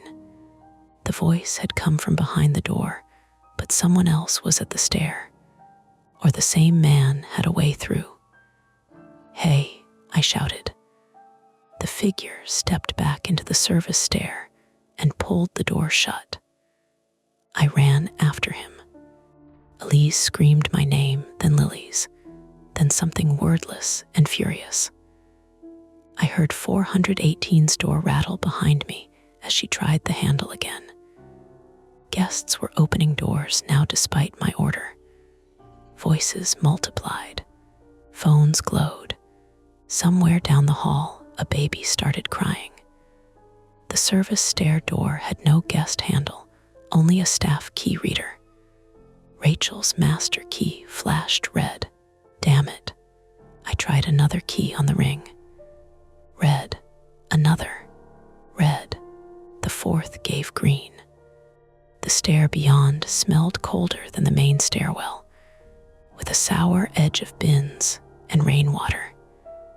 It was narrow concrete, uncarpeted, the kind meant for laundry carts and staff shortcuts. Emergency lights buzzed overhead. Down below, footsteps moved fast, then stopped. I leaned over the rail. "Lily," no answer. A metal door clanged 2 floors beneath me. I had a choice. Chase the person in the service stair and leave Elise alone outside the locked room where her daughter might be, or stay and lose whoever had just fled. My phone vibrated in my pocket. A message came through at last, delayed or caught by a stray bar of service. "Rachel, CCTV server didn't just go down. Someone cut power to the rack. Owen found the cabinet open. Don't stay on 4 alone." I looked back through the service door window. Elise was still at 418, one hand flat against the door, calling to Lily in a voice that had gone hoarse in less than a minute. The guests behind her were frightened and curious and useless. The door stayed shut. Inside, the tablet chirped again. From below, in the service stair, came a small thud. Then a child crying, not loud, not theatrical. A muffled, terrified sob from somewhere under me. The procedural answer was to wait for staff, call police, hold position, preserve safety. The human answer was already moving my feet down the stairs. I turned back long enough to shout, "Elise, stay at that door. Do not open it. If anyone inside tells you to come in, tell Rachel we're in the East Service stair. Then I went down after the sound, carrying Rachel's keys in one hand and my phone in the other, while behind me, from inside the supposedly empty room, the man's voice began speaking again, too softly for me to hear the words, but clearly enough that I knew he was talking to Elise by name. The East Service stair dropped behind the 4th floor like a concrete throat. Unlike the main guest stairwell, there was no carpet here, no framed prints of Edinburgh in soft morning light, no brass rail polished by suitcase handles. Just painted block walls, chipped gray steps, and a narrow metal handrail cold enough to sting my palm. The emergency lights hummed overhead, one at each landing, making every level look almost identical. Greenish light, fire door, black rubber mat, the smell of damp concrete and hot dust. 4th floor above me, 3rd below, then 2nd, then lobby and basement access if you kept going. I moved down one flight at a time, not running now because the steps were slick near the wall. My shin throbbed from where I'd hit the luggage rack. Each downward step pulled the bruise tight, a small pulse of pain that kept count better than my head did. "Lily," I called. My voice went down the stairwell and came back thinner. Nothing. Then the sob again. Lower. Maybe between the 3rd and 2nd floors. Maybe behind one of the doors. In a stairwell like that, sound moved strangely, bouncing off concrete and metal until distance became a guess. I kept Rachel's keys hooked around 2 fingers. My phone was in my other hand, recording battery at 28%. No signal. The screen light made my knuckles look bloodless. At the 3rd floor landing, the service door was shut. No window, just a key reader and a push bar. I tried the handle, locked from the stair side. I put Rachel's MasterCard to the reader. Red. Another key card from the ring. Red. A brass key with a round head fit the mechanical cylinder under the reader, but it would not turn. I tried too hard and scraped my thumb against the plate hard enough to peel skin. Damn it. Below me, something shifted. Not a sob this time, a shoe sole dragging. I leaned over the rail and saw a flicker of movement on the 2nd floor landing. Pale fabric, a sleeve maybe, small. "Lily," I said, softer now. "It's Daniel. Your mom sent me." A whisper rose up. "I'm not Lily." I froze. The voice belonged to a child, but not the one I expected. A boy, maybe, or a girl trying not to cry. Young, close. "Who are you?" No answer. I descended slowly, keeping one hand on the rail.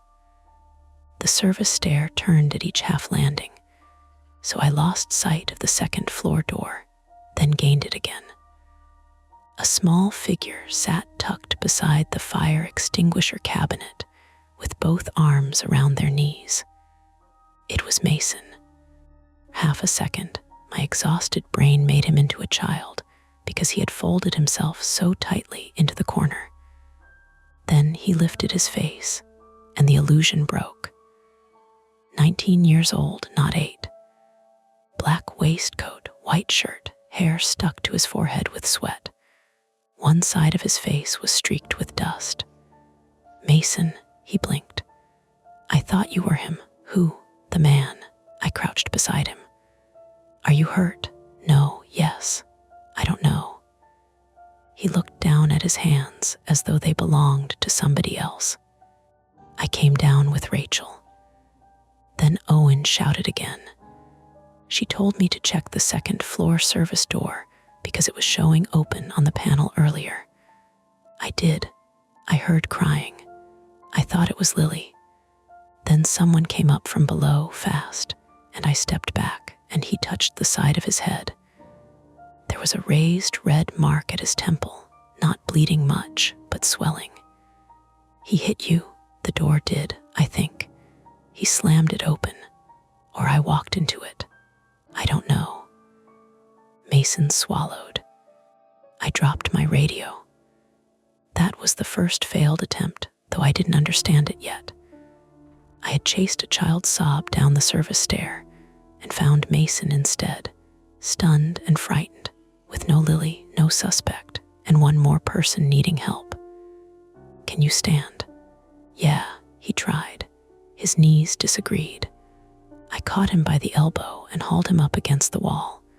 He swayed, then clenched his jaw hard enough that I heard his teeth click. Where's Rachel? Lobby, I think. She was going to Owen. Where did the man go? Mason pointed down. Basement. The basement. In hotel language, basement meant many things at once. Laundry, staff changing rooms, storage cages, service lifts, electrical cabinets, boiler access, old records, places where guests never went unless they were lost or being guided.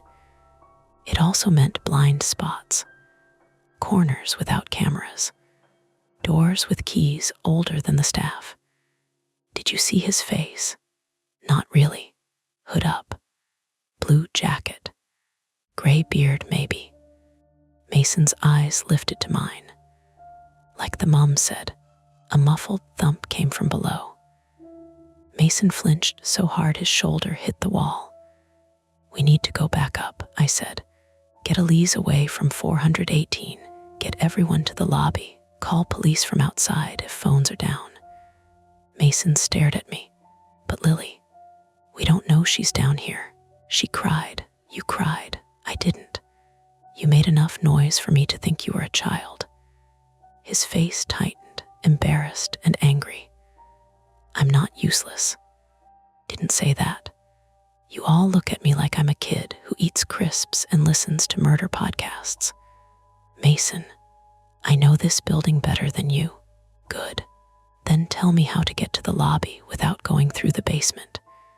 He looked toward the second floor service door. Through here, then along the housekeeping corridor, then main stair. Can you unlock it?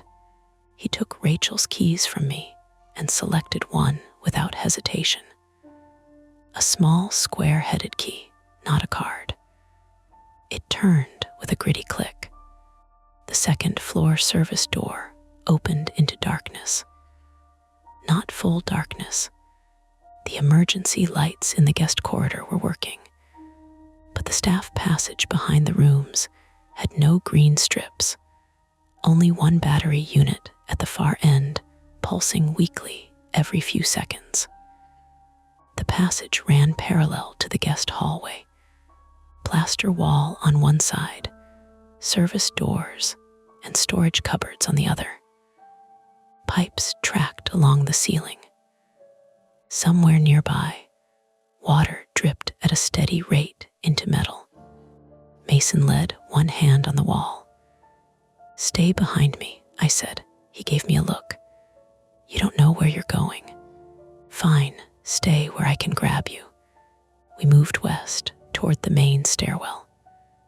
On our right, narrow doors marked linen, staff WC, electrical riser, housekeeping store. On our left, the wall we shared with guest rooms, through which came muffled pieces of people. A man coughing, a woman speaking German, a television still working somewhere on backup or battery. Halfway down the passage, a sound came from the housekeeping store, a small electronic chirp. Mason stopped. I stopped behind him again. Chirp, Lily's tablet, or something that sounded like it. Mason whispered, "That's the low battery." I said nothing. My mouth had gone dry. The housekeeping store door stood open an inch. Mason reached for it. I grabbed his wrist. "What?" he whispered. "Move back. It could be her." could be a phone in a mop bucket. It could be her. The second failed attempt began there. The desperate assumption that a sound meant a person, and that speed mattered more than caution. I pushed the door open with my foot. The smell came first: detergent, old towels, dust from paper bags. My phone light found metal shelving stacked with toilet rolls, amenity boxes, clean rags in blue sacks, vacuum bags, a mop sink stained brown at the drain. No child. The chirp came again from behind a laundry hamper. Edged around it, bracing myself for a hand, a shoe, a face. It was a tablet. Blue case. Stickers on the back. A cartoon cat. A glittery moon. One peeling label that said Lily W in purple marker. Mason exhaled. Oh God.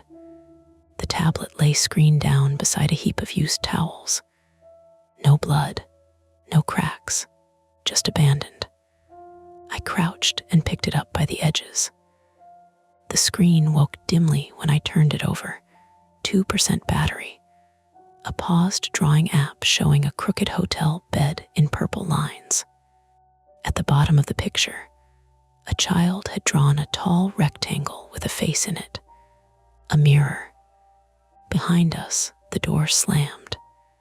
Mason shouted. The housekeeping store plunged into darker dark as my phone flew from my hand and clattered under the shelving.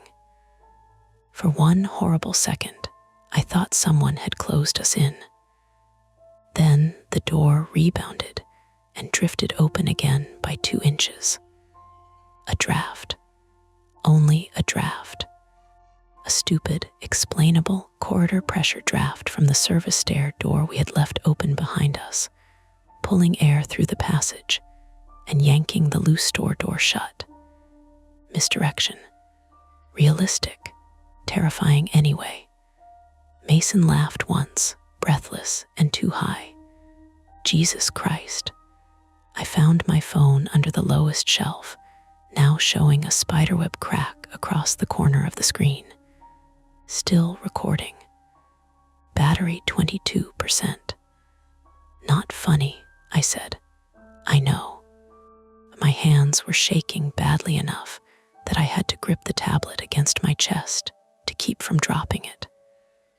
My body had spent all its calm too early. Then the drawing app flickered.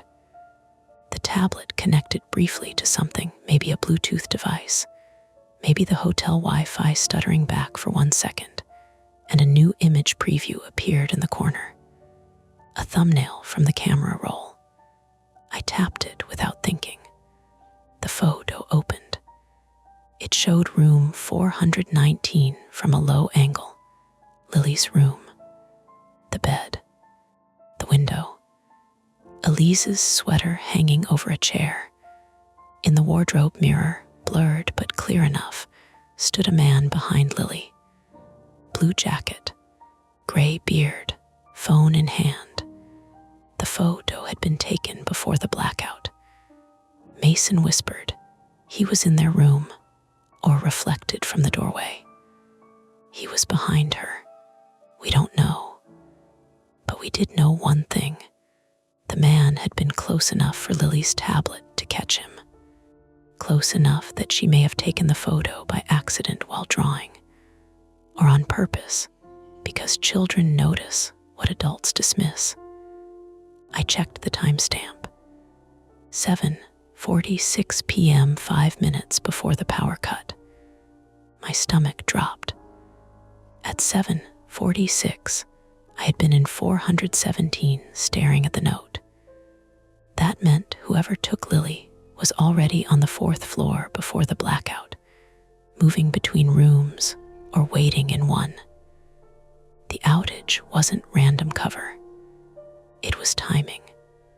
Mason's radio crackled from somewhere outside the store. Both of us froze. Akel Daniel, do you copy? Rachel's voice, broken by static.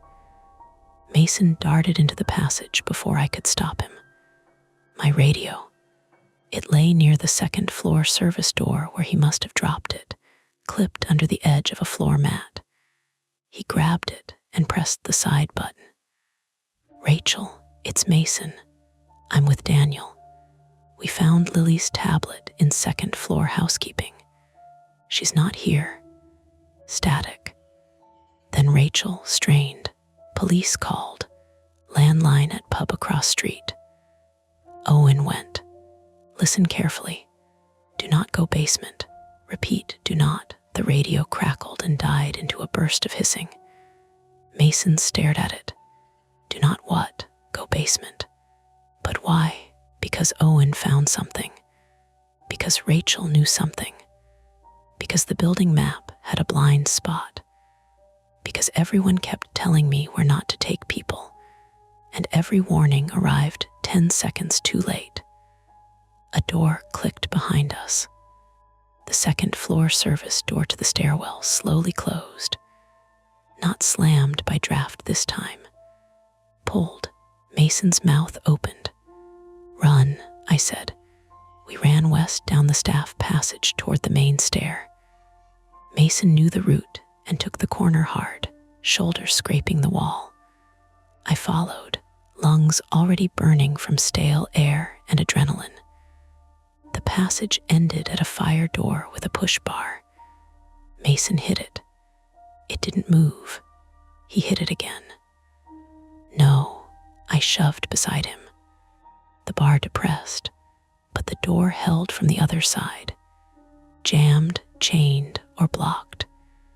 Behind us, in the dark line of the passage, footsteps entered from the service stair. Slow, not chasing.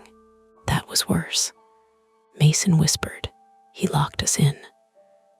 The housekeeping passage had another exit, a narrow door marked staff WC that would go nowhere, and an electrical riser too small for a person unless they were smoke. The main stair door ahead blocked. Service, stair behind occupied. We're in a straight corridor with shelves and cupboards, and no good angle. I tried the radio. Rachel, we're trapped in second floor back passage. Main stair door blocked. Someone behind us. Static. Then a male voice answered through the radio. Not Rachel. Daniel, it said. Mason's face emptied. The voice was close and calm and slightly amused, like it had been waiting for its turn. Bring the tablet back upstairs. I looked at the radio in my hand, then at the passage behind us. How do you have this channel? I asked. The radio hissed. Bring it to 417. Room 417. My room, the mirror facing the bed. Mason shook his head hard, almost childlike. No, no, no, I pressed the talk button. Where is Lily? Safe if you listen. Let me hear her. Static. Then a tiny intake of breath. Mr. Daniel, Lily's voice. Small, wet with crying. Elise had told her my name outside 418.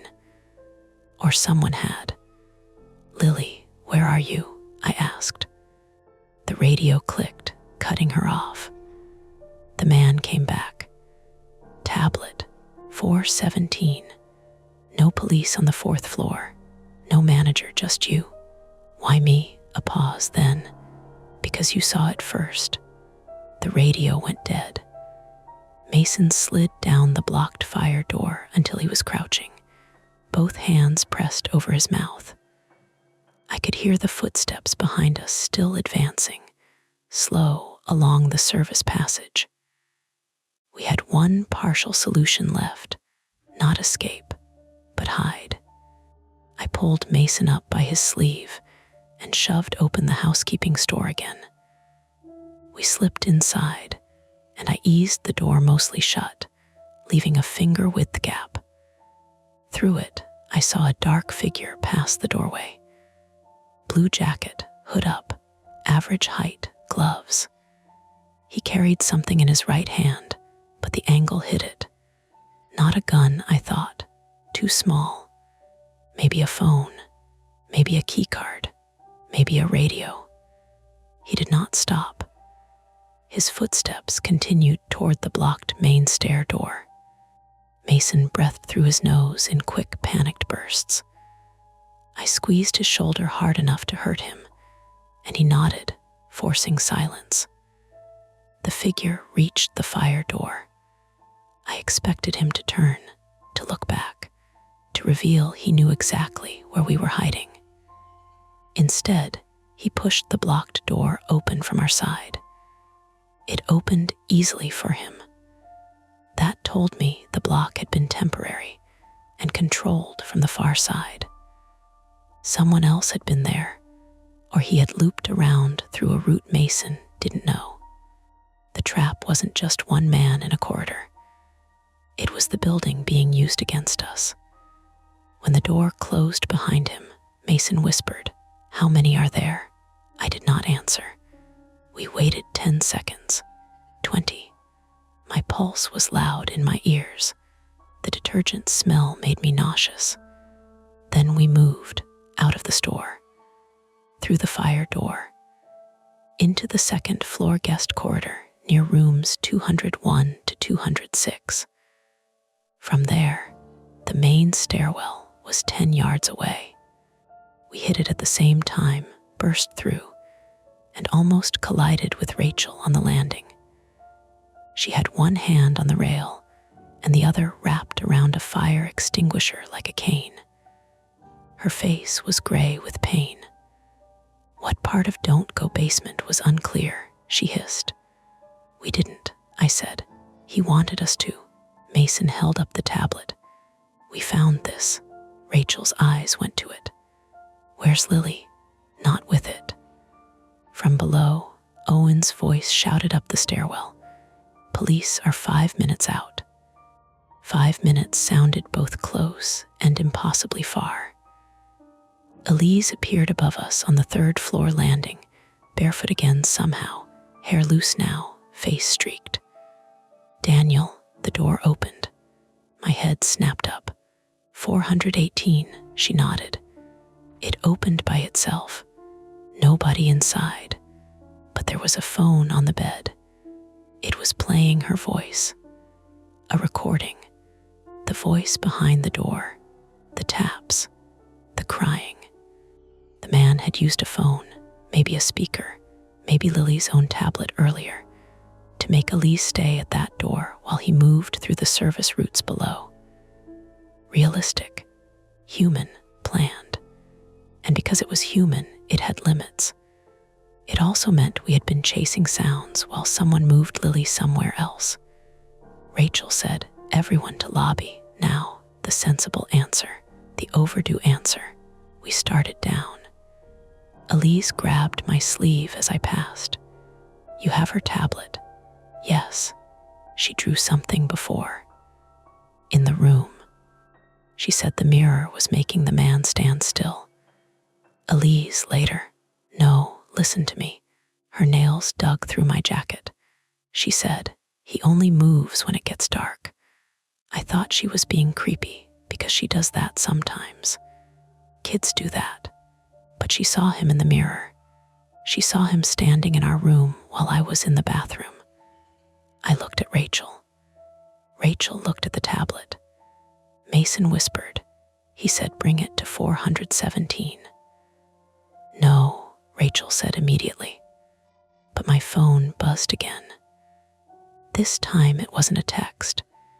It was an airdrop request. Somehow from nearby. A file from Lily's IP80. The preview image showed room 417. My room, the wardrobe mirror. And in the reflection, Lily sat on the bed with her pink jumper pulled over her knees, yellow socks bright against the white duvet. Behind her, my desk chair was still wedged under the wardrobe handles, exactly where I had left it. The file name was. Now, JPG Elise saw it and screamed so hard the sound cracked. I turned and ran upward before thought could catch me. Rachel shouted after me, "Daniel, stop." But retreat was gone. Procedure was gone. Waiting for police was suddenly just another way of letting time pass while an 8-year-old sat in the room I had abandoned, in front of the mirror I had tried to block, with someone close enough to send a file from her device. I took the stairs 2 at a time, Mason behind me despite Rachel yelling his name, Elise stumbling after us, and below, the first distant wail of police sirens began to rise through the rain outside. When we reached the 4th floor landing, smoke slipped under the service stair door in a thin gray ribbon. Not much. Enough. The fire alarm finally began to scream, and the emergency locks on the corridor doors clicked shut all around us. The 4th floor corridor had become a locked hallway full of alarms. The fire alarm screamed from every ceiling speaker in a flat, pulsing shriek that made thought come in pieces. Light strobed white, red, white along the green carpet. Smoke pushed from under the east service stair door in thin gray breaths, curling low first, then rising as if the building itself had started exhaling. Room 417 was 12 doors away. Not far, too far. Rachel reached the landing behind us, dragging her bad ankle, her face set in a way that made her look older. Nobody goes alone. Elise shoved past her. "My daughter is in there, Elise." But Elise was already moving. Mason went after her. I went after both of them. Rachel cursed and followed with the fire extinguisher tucked under one arm like a weapon. The emergency locks had clicked shut on some corridor doors, but guest room doors still opened from the inside. That mattered. It meant whoever had Lily in 417 could leave if he wanted, unless the deadbolt was thrown. It also meant panicked guests could spill into the hall and block us. A man in a bathrobe opened 420 and shouted, "Is there a fire?" "Stay low and go to the main stairs," Rachel yelled. "Is there a fire?" "Yes," she snapped, whether she knew or not. "Move." That worked. Doors opened. People came out coughing, confused, half-dressed, carrying passports, tote bags, one woman clutching a hairdryer like it was precious. The alarm flattened all their voices into shapes. Rachel took control because pain had not taken that from her. "Main stairs only, West End. Do not use the lift. Stay together." Mason grabbed the German couple from 422 and pointed them toward the exit. His hands were shaking. He still did it. I reached 417 first. The door was shut. My chair had been inside, wedged under the wardrobe handles. I pictured it from the airdrop image, still there, still holding the mirror door closed. Lily on the bed. Yellow socks. Pink jumper, not crying in the photo, just sitting. I knocked once because some stupid part of me still wanted rules. "Lily, it's Daniel, we're outside." From inside, nothing. Elise slammed both hands on the door. "Lily," a small voice answered, muffled. "Mum." Elise made a sound like her lungs had torn open. I put Rachel's MasterCard to the reader. Red. I tried the second card. Red. The alarm screamed. Rachel arrived beside me, breathing hard. "Move." She took the key ring, selected the square-headed key Mason had used earlier, and fit it into the cylinder below the electronic plate. Her fingers slipped once. Blood from her scraped palms smeared the brass. The key turned. The handle didn't. "Deadbolt," she said. From inside the room, a man's voice said, "Daniel comes in alone." Elise screamed, "Open the door." The voice stayed calm. "Daniel alone, or smoke comes faster." I looked down. A gray line seeped under the door of 417-2. Not from the hall, from inside the room. Something was burning in there. The hotel's central threat finally stopped pretending to be a mirror. It had always been a person who knew the building, knew the cameras, knew which doors deadbolted, knew how to make sounds travel, knew frightened people ran toward voices. A person who had been using the mirror because mirrors made people doubt themselves before they doubted the room. Rachel's jaw moved. "There's an adjoining access panel behind the wardrobe." I turned to her. "What? Old service chase?" Some rooms had them when the building was flats, plastered over in most, not in 417. Owen said they were supposed to seal it next renovation. I knew there were old chases. I didn't know someone could use them. The man inside laughed softly. "Rachel." She went very still. He knew she was there. He could hear us or see us. My eyes moved to the peephole, then to the smoke under the door, then to the brass plate below the handle where someone had taped something from inside. A little black shape tucked against the bottom gap. A phone, camera facing outward. That was how he knew. I crouched fast and swept it sideways with the toe of my shoe. It skittered into the corridor, still recording. Mason stamped on it before anyone told him to. The screen cracked with a bright pop. Inside, the man shouted for the first time. "Don't." The voice changed when he lost the feed. "Less ghost, more man." "Good, Elise," I said. "Talk to Lily. Keep her answering." "What? Just do it." She dropped to her knees at the door, smoke curling around her calves. "Lily, baby, can you hear me?" "Yes, small, terrified, real. Are you hurt? My arm hurts." Elise pressed her forehead to the door. Okay, sweetheart, stay low." The man snapped, "Quiet." Rachel pulled me 2 steps back. "There's a staff closet beside 415.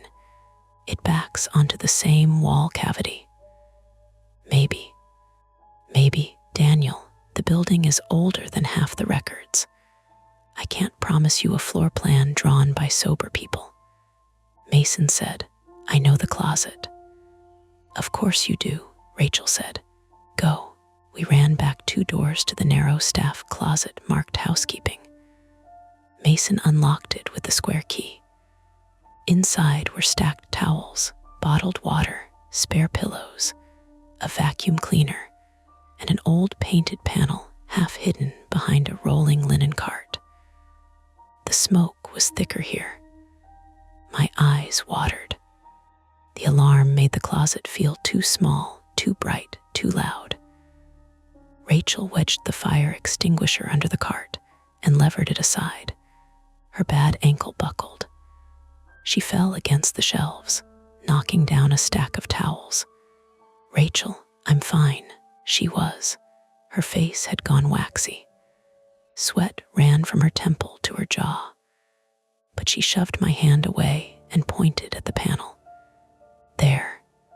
The panel had been painted over so many times, its seams were rounded.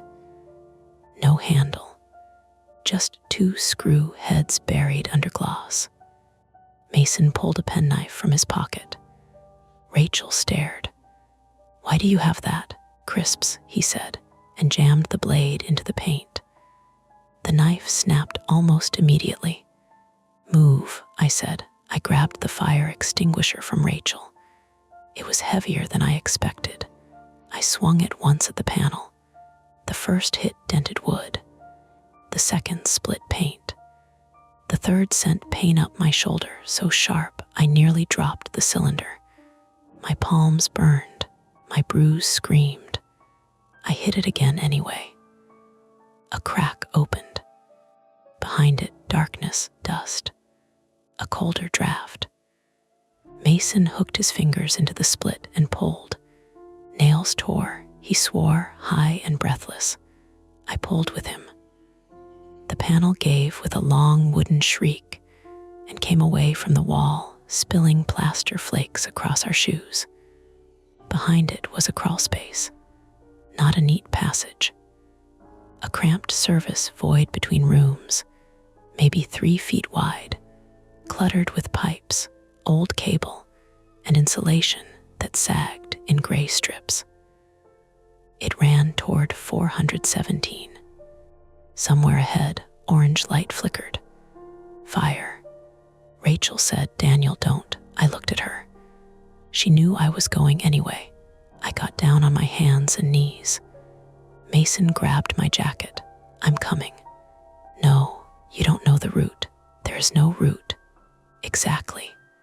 He was shaking, eyes glassy, temple swollen. But he crawled in after me before I could stop him. His flaw had become courage, or maybe they were the same thing under pressure. He needed to prove he wasn't just the kid with the crisps. The crawl space scraped at my shoulders. Dust filled my nose. Pipes burned warm through my sleeve. The alarm became muffled inside the wall, replaced by smaller sounds. My breathing, Mason coughing behind me, the tick of hot metal, a child crying ahead. We moved 6 feet, then 10. A rectangle of light appeared to my right at floor level, a gap behind the wardrobe in 417. Through it, I saw the room. Smoke hung under the ceiling in a dirty layer. The wastebasket near the desk was burning, flames licking up paper, and a towel stuffed into it. Not huge yet, enough to fill the room, enough to make a threat. The window was closed. The radiator clicked absurdly on. Lily sat on the bed with her knees drawn up, one wrist zip tied to the metal bed frame. Her pink jumper was soot-smudged. Her yellow socks were filthy. She was coughing with her whole body. The man stood between her and the door. Blue jacket, hood down now. Gray beard, late 50s maybe. White, average height. A face so ordinary it enraged me. He held a utility knife in one hand and Rachel's missing pen in the other, clicking it open and shut like a nervous habit. The wardrobe door was slightly open despite my chair. The chair had been moved, laid carefully on its side. The mirror faced the bed. And there, in the mirror, I saw what had tricked me from the beginning. The glass wasn't only glass. A pinhole camera had been set into the wardrobe frame, black as a screw head, angled toward the bed. Beside the mirror, where cheap backing had bowed, a tablet-sized screen had been mounted behind the glass, invisible unless the room was dark and the right feed played. It could show a delayed image, a recorded image, me lying in bed from a previous angle, mocked up from footage taken after someone entered the room. Lily sitting there, a man appearing to stand still because he was not in the room yet, only on a screen behind a mirror. A cheap haunted house built out of surveillance gear and access panels. Human, worse for being human. Mason saw it too. He whispered, "Oh my God." The man's head turned, not toward the wardrobe, toward the wall. He had heard us. "Daniel," he said. I asked nicely. I didn't think. Thinking had become too slow. I kicked the loosened panel behind the wardrobe. It didn't move. I kicked again. Wood cracked. The man stepped toward Lily, knife lowering. Mason Mason surged past me in the crawl space, shoulder first, and hit the panel with his whole body. It burst inward. He fell through into 417, landing half on the carpet, half on the wardrobe track. The man pivoted. I followed, tearing my jacket on a nail. It cut through fabric and into my upper arm. Hot pain, wetness, no time. Get her, I shouted. Mason scrambled toward Lily. The man came at me with the utility knife. Short distance. No dramatic fight. He slashed once. I jerked back. The blade caught my forearm, opening a clean red line from wrist to elbow. Pain arrived half a second late. I swung the fire extinguisher I had dragged in without knowing I still held it. It hit his shoulder, not his head. A dull, meaty impact. He grunted and went sideways into the desk. The burning wastebasket tipped. Flames spilled onto the carpet. Lily, Elise screamed from the corridor side of the door. Stay back, Rachel shouted. The man grabbed the desk chair and shoved it at my legs. I fell hard, hip first, air leaving me. The room tilted. The mirror filled my vision. In it, for one insane second, I saw myself lying on the bed again. Then the screen behind the glass glitched. The image jumped, me asleep, Lily sitting.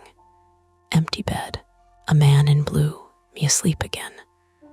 A loop of stolen moments, not prophecy, footage. The anger that went through me was useful. The man stepped over me toward the crawl space, maybe to run, maybe to cut Mason off. Mason had reached Lily and was trying to pull at the zip tie with bloody fingers. I can't get it. Knife, Lily coughed. He has a knife. The man heard that and turned back toward them. I grabbed his ankle. He kicked me in the face. White flash, copper taste. My teeth clicked together. I held on anyway, both hands around his trouser cuff and shoe, because there was nothing clever left. He kicked again. My cheek split against something, maybe the bed frame. I saw carpet fibers and smoke and Lily's yellow sock. Then Rachel came through the door, not the room door, the crawl space. She had followed us on her bad ankle, dragging herself through the service void with one hand and the extinguisher hose in the other. Her face was gray, teeth bared. You, she said, and blasted the extinguisher straight into the man's face. White powder filled the room. The man screamed. Mason grabbed the dropped utility knife and sawed at the zip tie. Hold still, Lily cried out as the plastic bit her skin. It snapped. Elise was still outside the main door, hammering it, screaming her daughter's name. The deadbolt held. Smoke pushed around the edges. The carpet near the wastebasket was burning properly now, a blackening patch spreading under the desk. The fire alarm screamed above us. Sprinklers did not come on. Old building. Wrong zone. Failed head. Another procedural failure waiting in the walls. Rachel coughed. Window. I staggered up and yanked at the window. Painted shut, of course. Mason pulled Lily into his arms. She was conscious, coughing, wrist bleeding where the zip tie had rubbed raw. I've got her. The man lunged blindly through the powder and caught Mason by the back of the waistcoat. Mason went down with Lily under him. I hit the man again with the extinguisher, weaker this time. He still dropped, not out, just down. Rachel grabbed Lily by the shoulders. Crawl space. Now. No, Lily shrieked. No dark, Elise screamed from the corridor. Lily, baby, listen to them. Hearing her mother did it. Lily crawled toward the broken wardrobe panel, sobbing and coughing. Rachel shoved her through first. Mason followed. Then Rachel tried to push herself in and failed. Her ankle caught under her. The man was moving again. I grabbed the desk chair and jammed it across his back, pinning him awkwardly against the carpet. He snarled and reached for my wrist. I leaned my weight on the chair. My cut arm shook. Blood ran into my palm, slicking the wood. "Go," Rachel said. "You first. Don't start." Rachel. Her eyes met mine through smoke and extinguisher dust. Then she nodded once and dragged herself into the crawl space. I backed toward it, still pressing the chair down. The man stopped struggling for 1 second. He looked at me through powder-caked lashes. "She wasn't supposed to be here," he said. "Who?" He smiled with red around his teeth. "Any of you." Then he bucked hard. The chair slipped. His hand closed around my ankle. I fell backward into the wardrobe frame. The mirror cracked behind me with a sound like ice on a lake. The hidden screen flared bright through the split glass, showing a dozen frozen feeds at once. 417, 419, the corridor, the service stair, Elise outside the door, Rachel's office, Mason in the lobby earlier, me asleep on a bed from some other night, or some staged angle I could not place. The hotel had not been haunted. It had been watched. For how long, I didn't know. The man pulled. I kicked at his hand. Missed. Kicked again. Connected with his injured shoulder. He groaned and let go. From the corridor came a heavy impact. Then another. Owen's voice. "Stand clear." A third hit. The main room door burst inward under a maintenance ram, or maybe a fire axe. I only saw the door slam against the wall, and Elise tried to rush in before Owen caught her around the waist. Owen Price, face blackened with smoke and rainwater, came through with an extinguisher and a crowbar.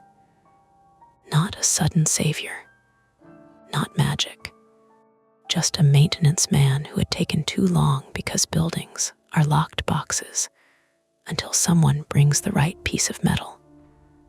Behind him, blue police lights flashed through the rain-streaked window from the street below. The man saw Owen and changed direction. He dove for the crawl space, toward Rachel and the kids. I threw myself into him. We hit the floor beside the burning carpet. Heat bit my cheek. His knife hand came up empty. The utility knife was gone. He clawed at my face instead, thumb digging near my eye. I drove my knee into his ribs. Once, twice. He made a wet sound. Owen brought the crowbar down across the man's forearm. Bone did not snap like in films. It made a thick, ugly sound, and the man's hand opened. Mason appeared at the broken panel, one arm around Lily, and kicked the utility knife deeper under the bed. "Got her," he shouted, voice cracking. "We've got her." Elise broke free and crawled halfway through the doorway smoke to grab Lily, as Rachel pushed her out through the staff closet side.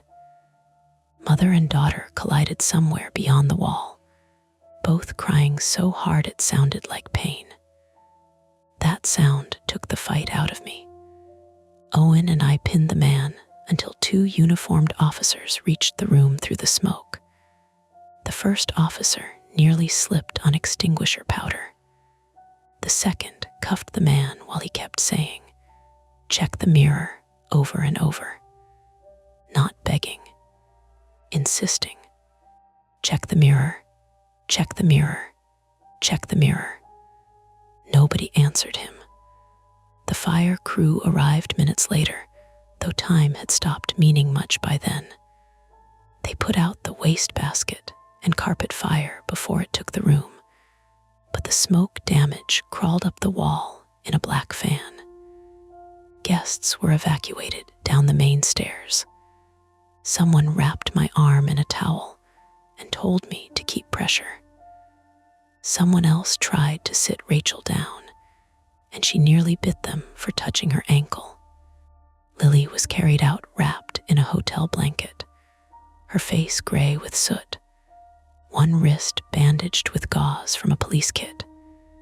She was alive, coughing, clinging to Elise so hard her fingers disappeared in her mother's sweater.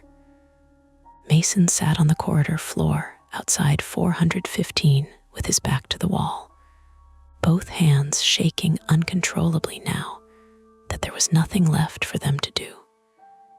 His temple had swollen purple. His knuckles were split.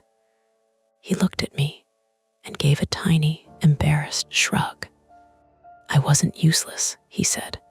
"No," I said. My mouth tasted like blood. "You were." Rachel leaned against the opposite wall, pale and furious, watching officers bring the man out of 417. His blue jacket was white with extinguisher powder. His beard was streaked black. He looked smaller in cuffs. Ordinary. That was the part I couldn't stop looking at. No monster shape. No impossible reflection. Just an ordinary man who had learned the hidden roots of a hotel and turned them into a private theater of fear.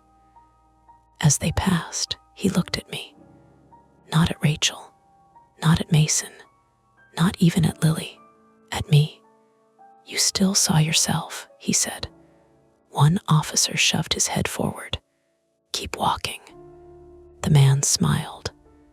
Then he was gone down the corridor into the alarm light and smoke. I turned back toward room 417. The mirror had cracked from corner to corner. Behind the glass, the hidden screen still flickered weakly, dying in loops. There I was again, on the bed, shoes off, arm over my face, sleeping before I fell asleep. Only now I understood the trick well enough to hate it. And still, for 1 second, standing in the ruined doorway with blood running down my arm and sirens rising from the street, I could not remember when that footage had been taken. By 2 in the morning, the Calderic Hotel looked less like a crime scene than a badly managed wedding after everyone had stopped pretending. Guests sat in the lobby, wrapped in silver emergency blankets and hotel duvets, their faces gray under the chandeliers. Suitcases made little barricades around families.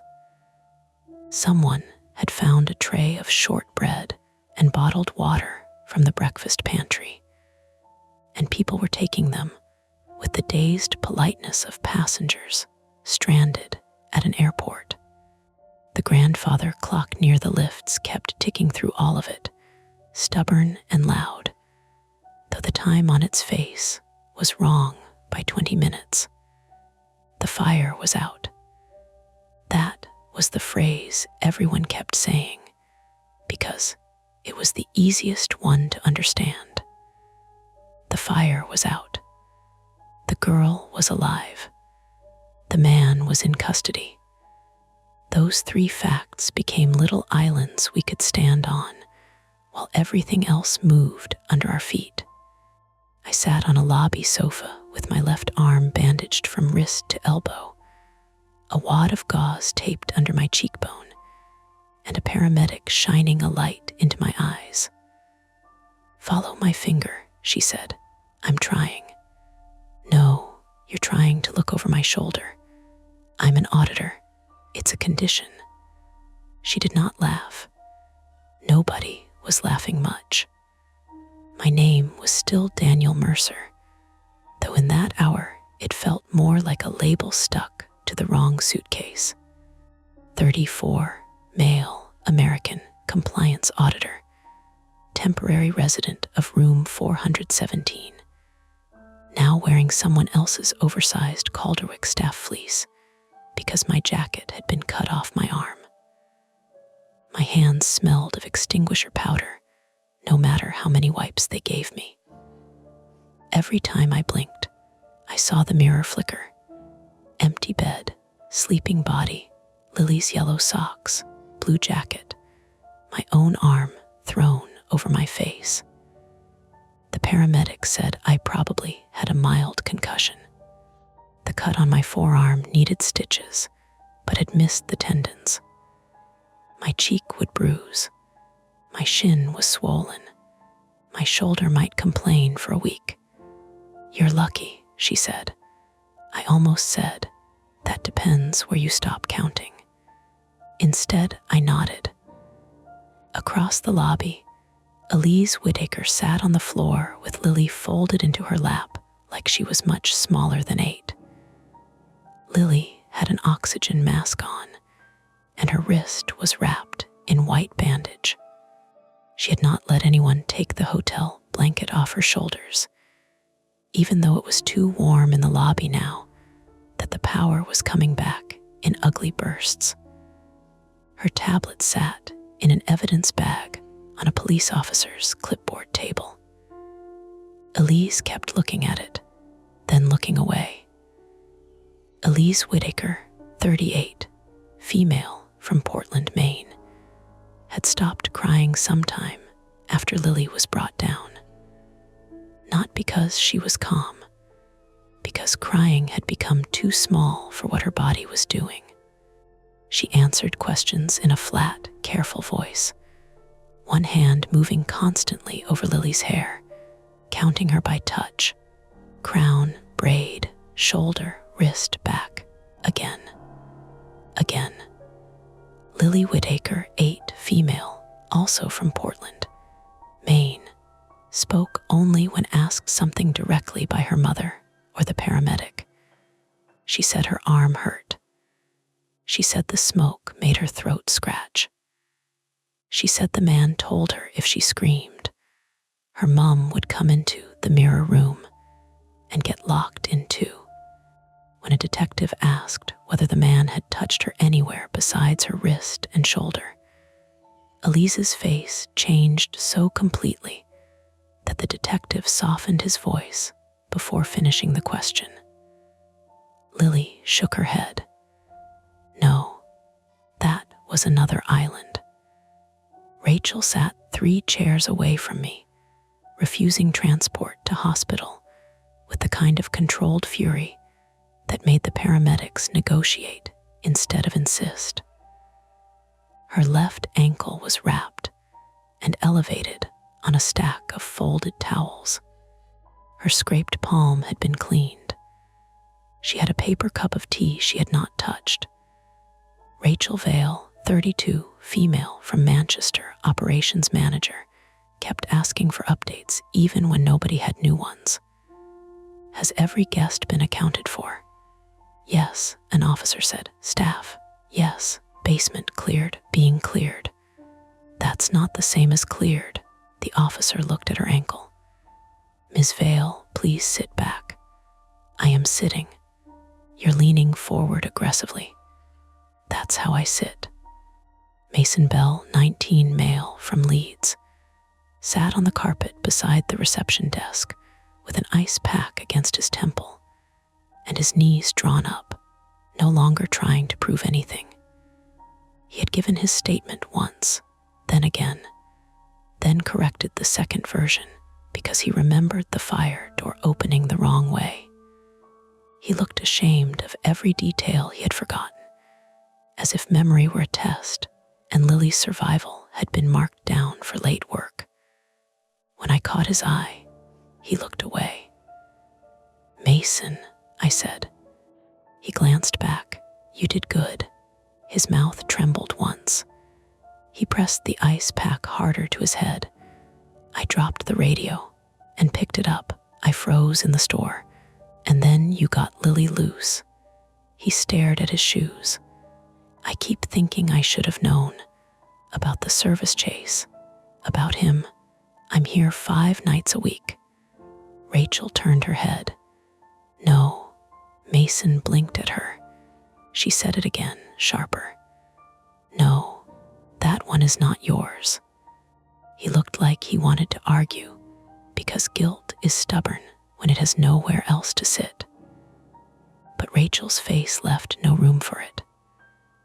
Owen Price, 46, male from Cardiff, came in from the rear corridor a little after 3, with soot on his shirt and a police officer beside him. He had spent the last hour walking investigators through the basement, electrical cabinet, service stairs, old maintenance logs, and the parts of the Calderwick that guests never learned existed. He looked smaller without tools in his hands. They found the rack cable, he told Rachel. Cut, unplugged first, then cut after, like he wanted time before anyone knew it wasn't an outage. Rachel closed her eyes. Owen added, basement fire door to Rose Lane was propped earlier. Wedged behind the bin. Police found it. That explained how the man had moved. In and out through the lane behind the hotel. Staff stairs. Service chase. Empty rooms. No magic. No impossibility. Just weak points joined together by patience. The legal consequences arrived with clipboards and quiet voices. The man in the blue jacket was named Malcolm Greaves, 58, male, from somewhere outside Dundee. The one officer said he had used 3 surnames in different hotel maintenance contracts over the past decade. He was not Calderwick staff, not current staff. That distinction mattered to corporate lawyers and almost no one else. He had done subcontractor electrical work during a renovation 6 months earlier, when the 4th floor wiring faults were supposed to have been fixed. He had access then. Enough access to learn the old service routes, copy keys or codes, hide devices, and leave things in places no one checked because no one wanted to pay for the full survey. Police found a bag in a basement storage cage that had been assigned on paper to a defunct linen supplier. Inside were cheap cameras, 2 unlocked phones, keycards, tape, zip ties, a small signal jammer, a battery pack, a blue jacket liner, and printed floor plans marked in pencil. They found the other half of the trick behind 417's mirror, a thin display panel fitted behind 2-way acrylic, wired through the wardrobe frame to a battery, and receiver hidden in the service void. It did not need the hotel Wi-Fi. It did not need much power. It could play stored footage on a loop. The image of me asleep had been taken from inside 417 earlier that evening. That was what the police thought at first. Then they checked the file timestamp. It was from 2 weeks before I arrived. The detective told me this while I sat in a private corner of the lobby with a hospital blanket around my shoulders and an instant coffee going cold in my hands. Detective Inspector Helen Ward, 41, female from Edinburgh, had a calm face and a voice that made every sentence sound measured for court. She had already interviewed me once, then returned when the technicians pulled the storage card from the mirror rig. Could he have had access to your travel schedule? She asked. My company booked the room 3 days ago. Could someone have stayed in that room using your name? No. Could the footage be someone who resembles you? I wanted to say yes. I wanted that badly enough that I felt embarrassed by it. Maybe, I said. She studied me. But you don't think so? The lobby was almost quiet now. Rain clicked against the front windows. Outside, police lights turned the wet pavement blue, then black, then blue again. Somewhere near the breakfast room, Lily coughed and Elise murmured something soft. I don't know, I said. The clothes looked like mine. Clothes can be staged. The posture looked like mine. She waited. I rubbed my eyes with my uninjured hand. I had an episode in Denver last year. Sleepwalking, maybe. Stress. I ended up in a stairwell and didn't remember getting there. I've never stayed here before, but I travel constantly. He could have gotten footage from another hotel, or someone could have, I don't know. D.I. Ward wrote nothing for a moment, which made me feel more exposed than if she had filled a page. We found several recordings, she said. Different rooms, different guests. Some altered, some spliced. Enough to make people doubt what they were seeing. Privacy complaints. Yes. Were there more children? Her expression changed by 1 degree. Nothing at this stage suggests Lily was selected for that reason. At this stage, legal language, police language, words that put a fence around a hole. Then why her? D.I. Ward glanced toward Elise and Lily. We think she saw him. The tablet foe supports that. He may have intended to frighten you or Ms. Vale, or expose some system he believed he controlled. Lily complicated his plan. He improvised. She wasn't supposed to be here, I said. That's what you reported, he said. Who was? We don't know yet. That was honest. I hated it. By 4, the guests had been moved to nearby hotels. A corporate crisis manager called Rachel's mobile 17 times until she handed it to a police officer and said, evidence.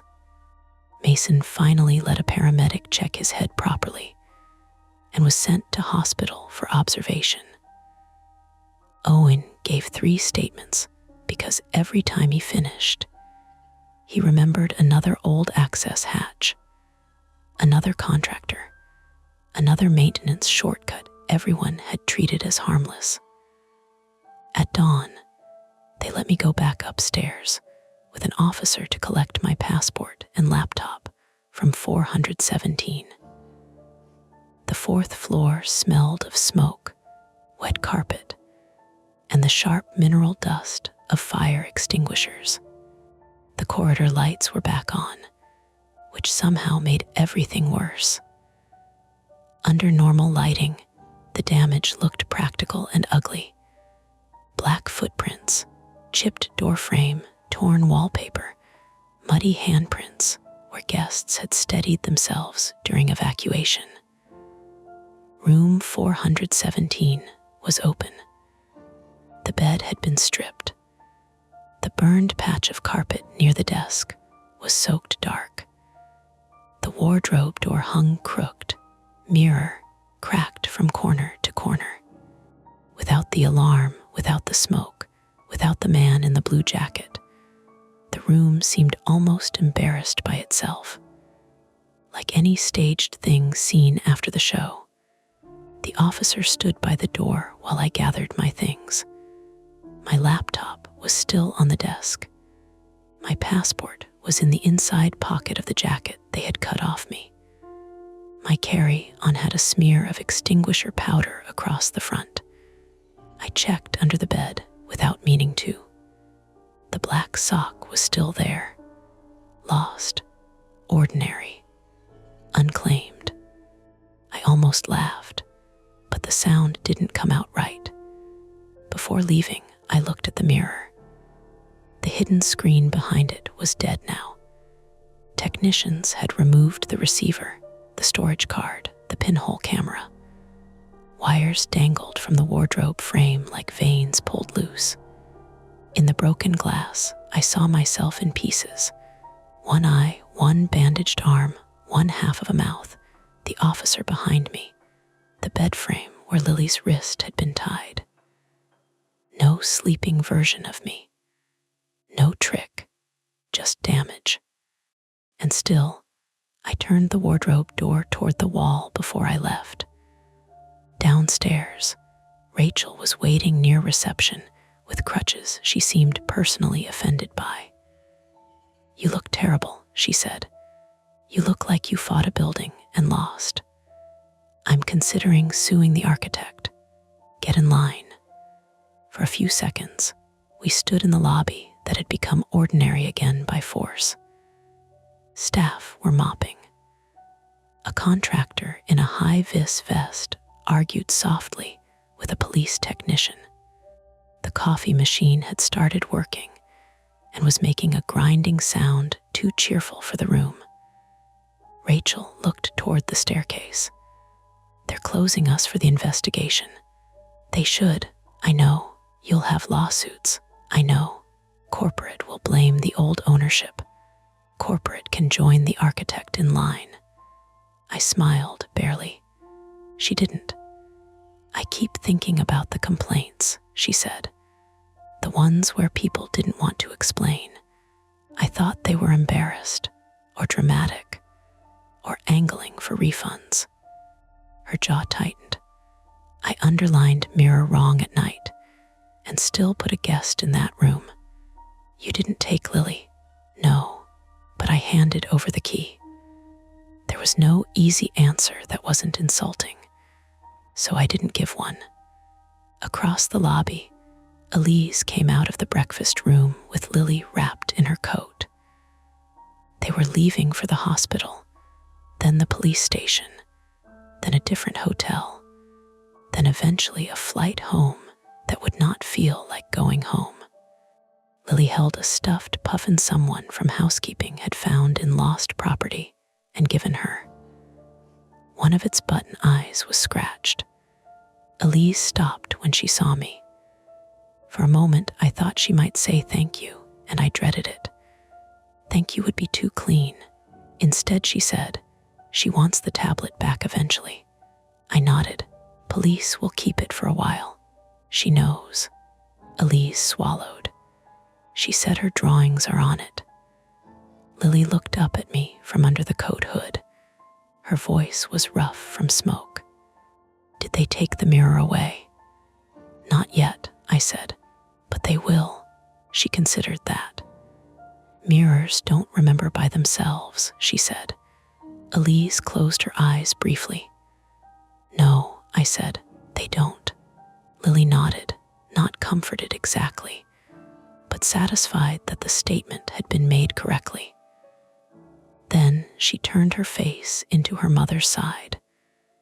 They left through the front doors into a wet Edinburgh morning, escorted by an officer. The city outside looked clean in the way cities do after rain. All stone and shine, and buses hissing at the curb. People on their way to work slowed to look at the police tape, then kept walking, because ordinary life is rude like that. It keeps going.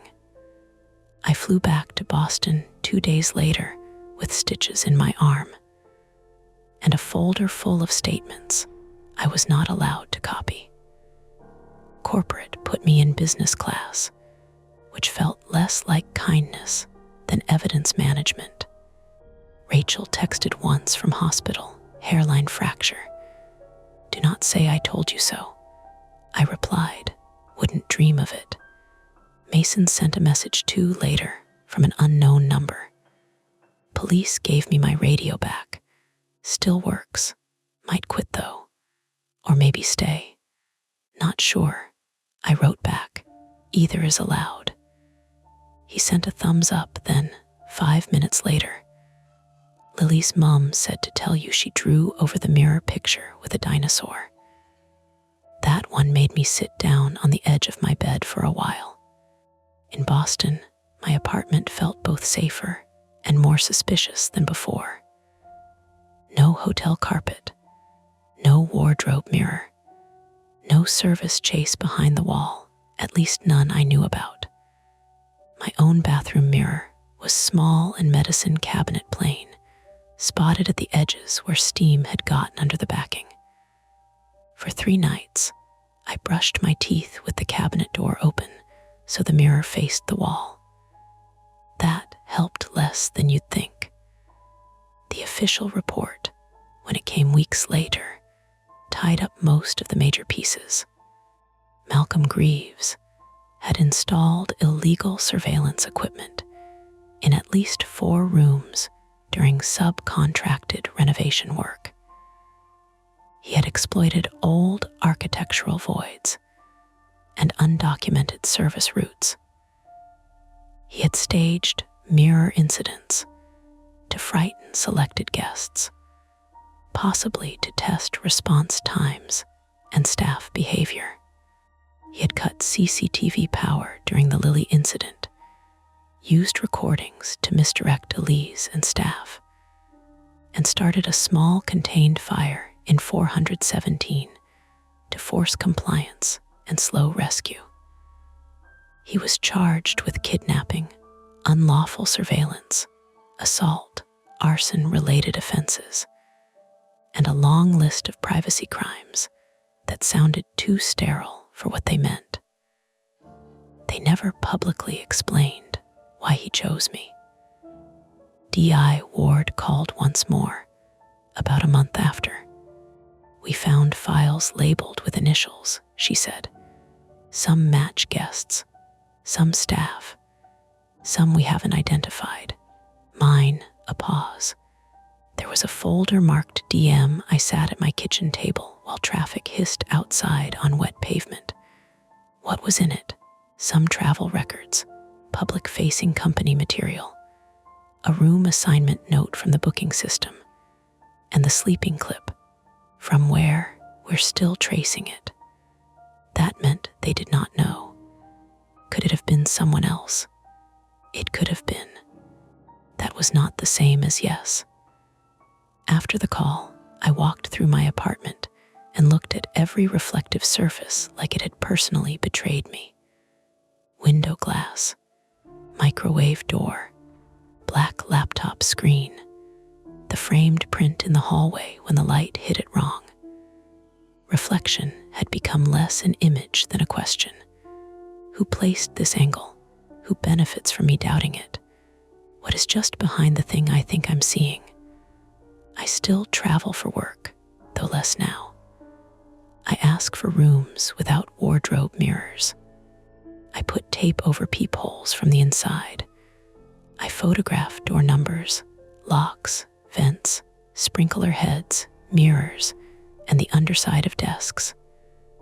I do not apologize for it. Most nights, nothing happens. That is the part people forget in stories like this. Most nights are normal. The lamp turns on. The sheets smell faintly of bleach. The elevator hums. Someone laughs too loudly in the corridor. Pipes knock. A mirror shows exactly what it should. A tired man in a hotel room, standing where he is standing, awake when he is awake. Almost ordinary. But once, in a hotel outside Frankfurt, I woke at 3:12 a.m. with my phone on the bedside table and the bathroom light still on. I had no memory of leaving it that way. Jet lag, probably. Old habits, stress. The mirror above the desk showed the bed behind me, empty except for rumpled sheets.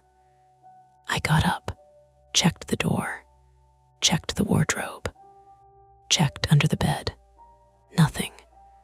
Then I noticed my phone had a new photo in the camera roll. It was blurry, mostly darkness, taken at 3:04 a.m. It showed my hotel room from the angle of the desk. In the mirror, I was asleep. That was all. No man in blue.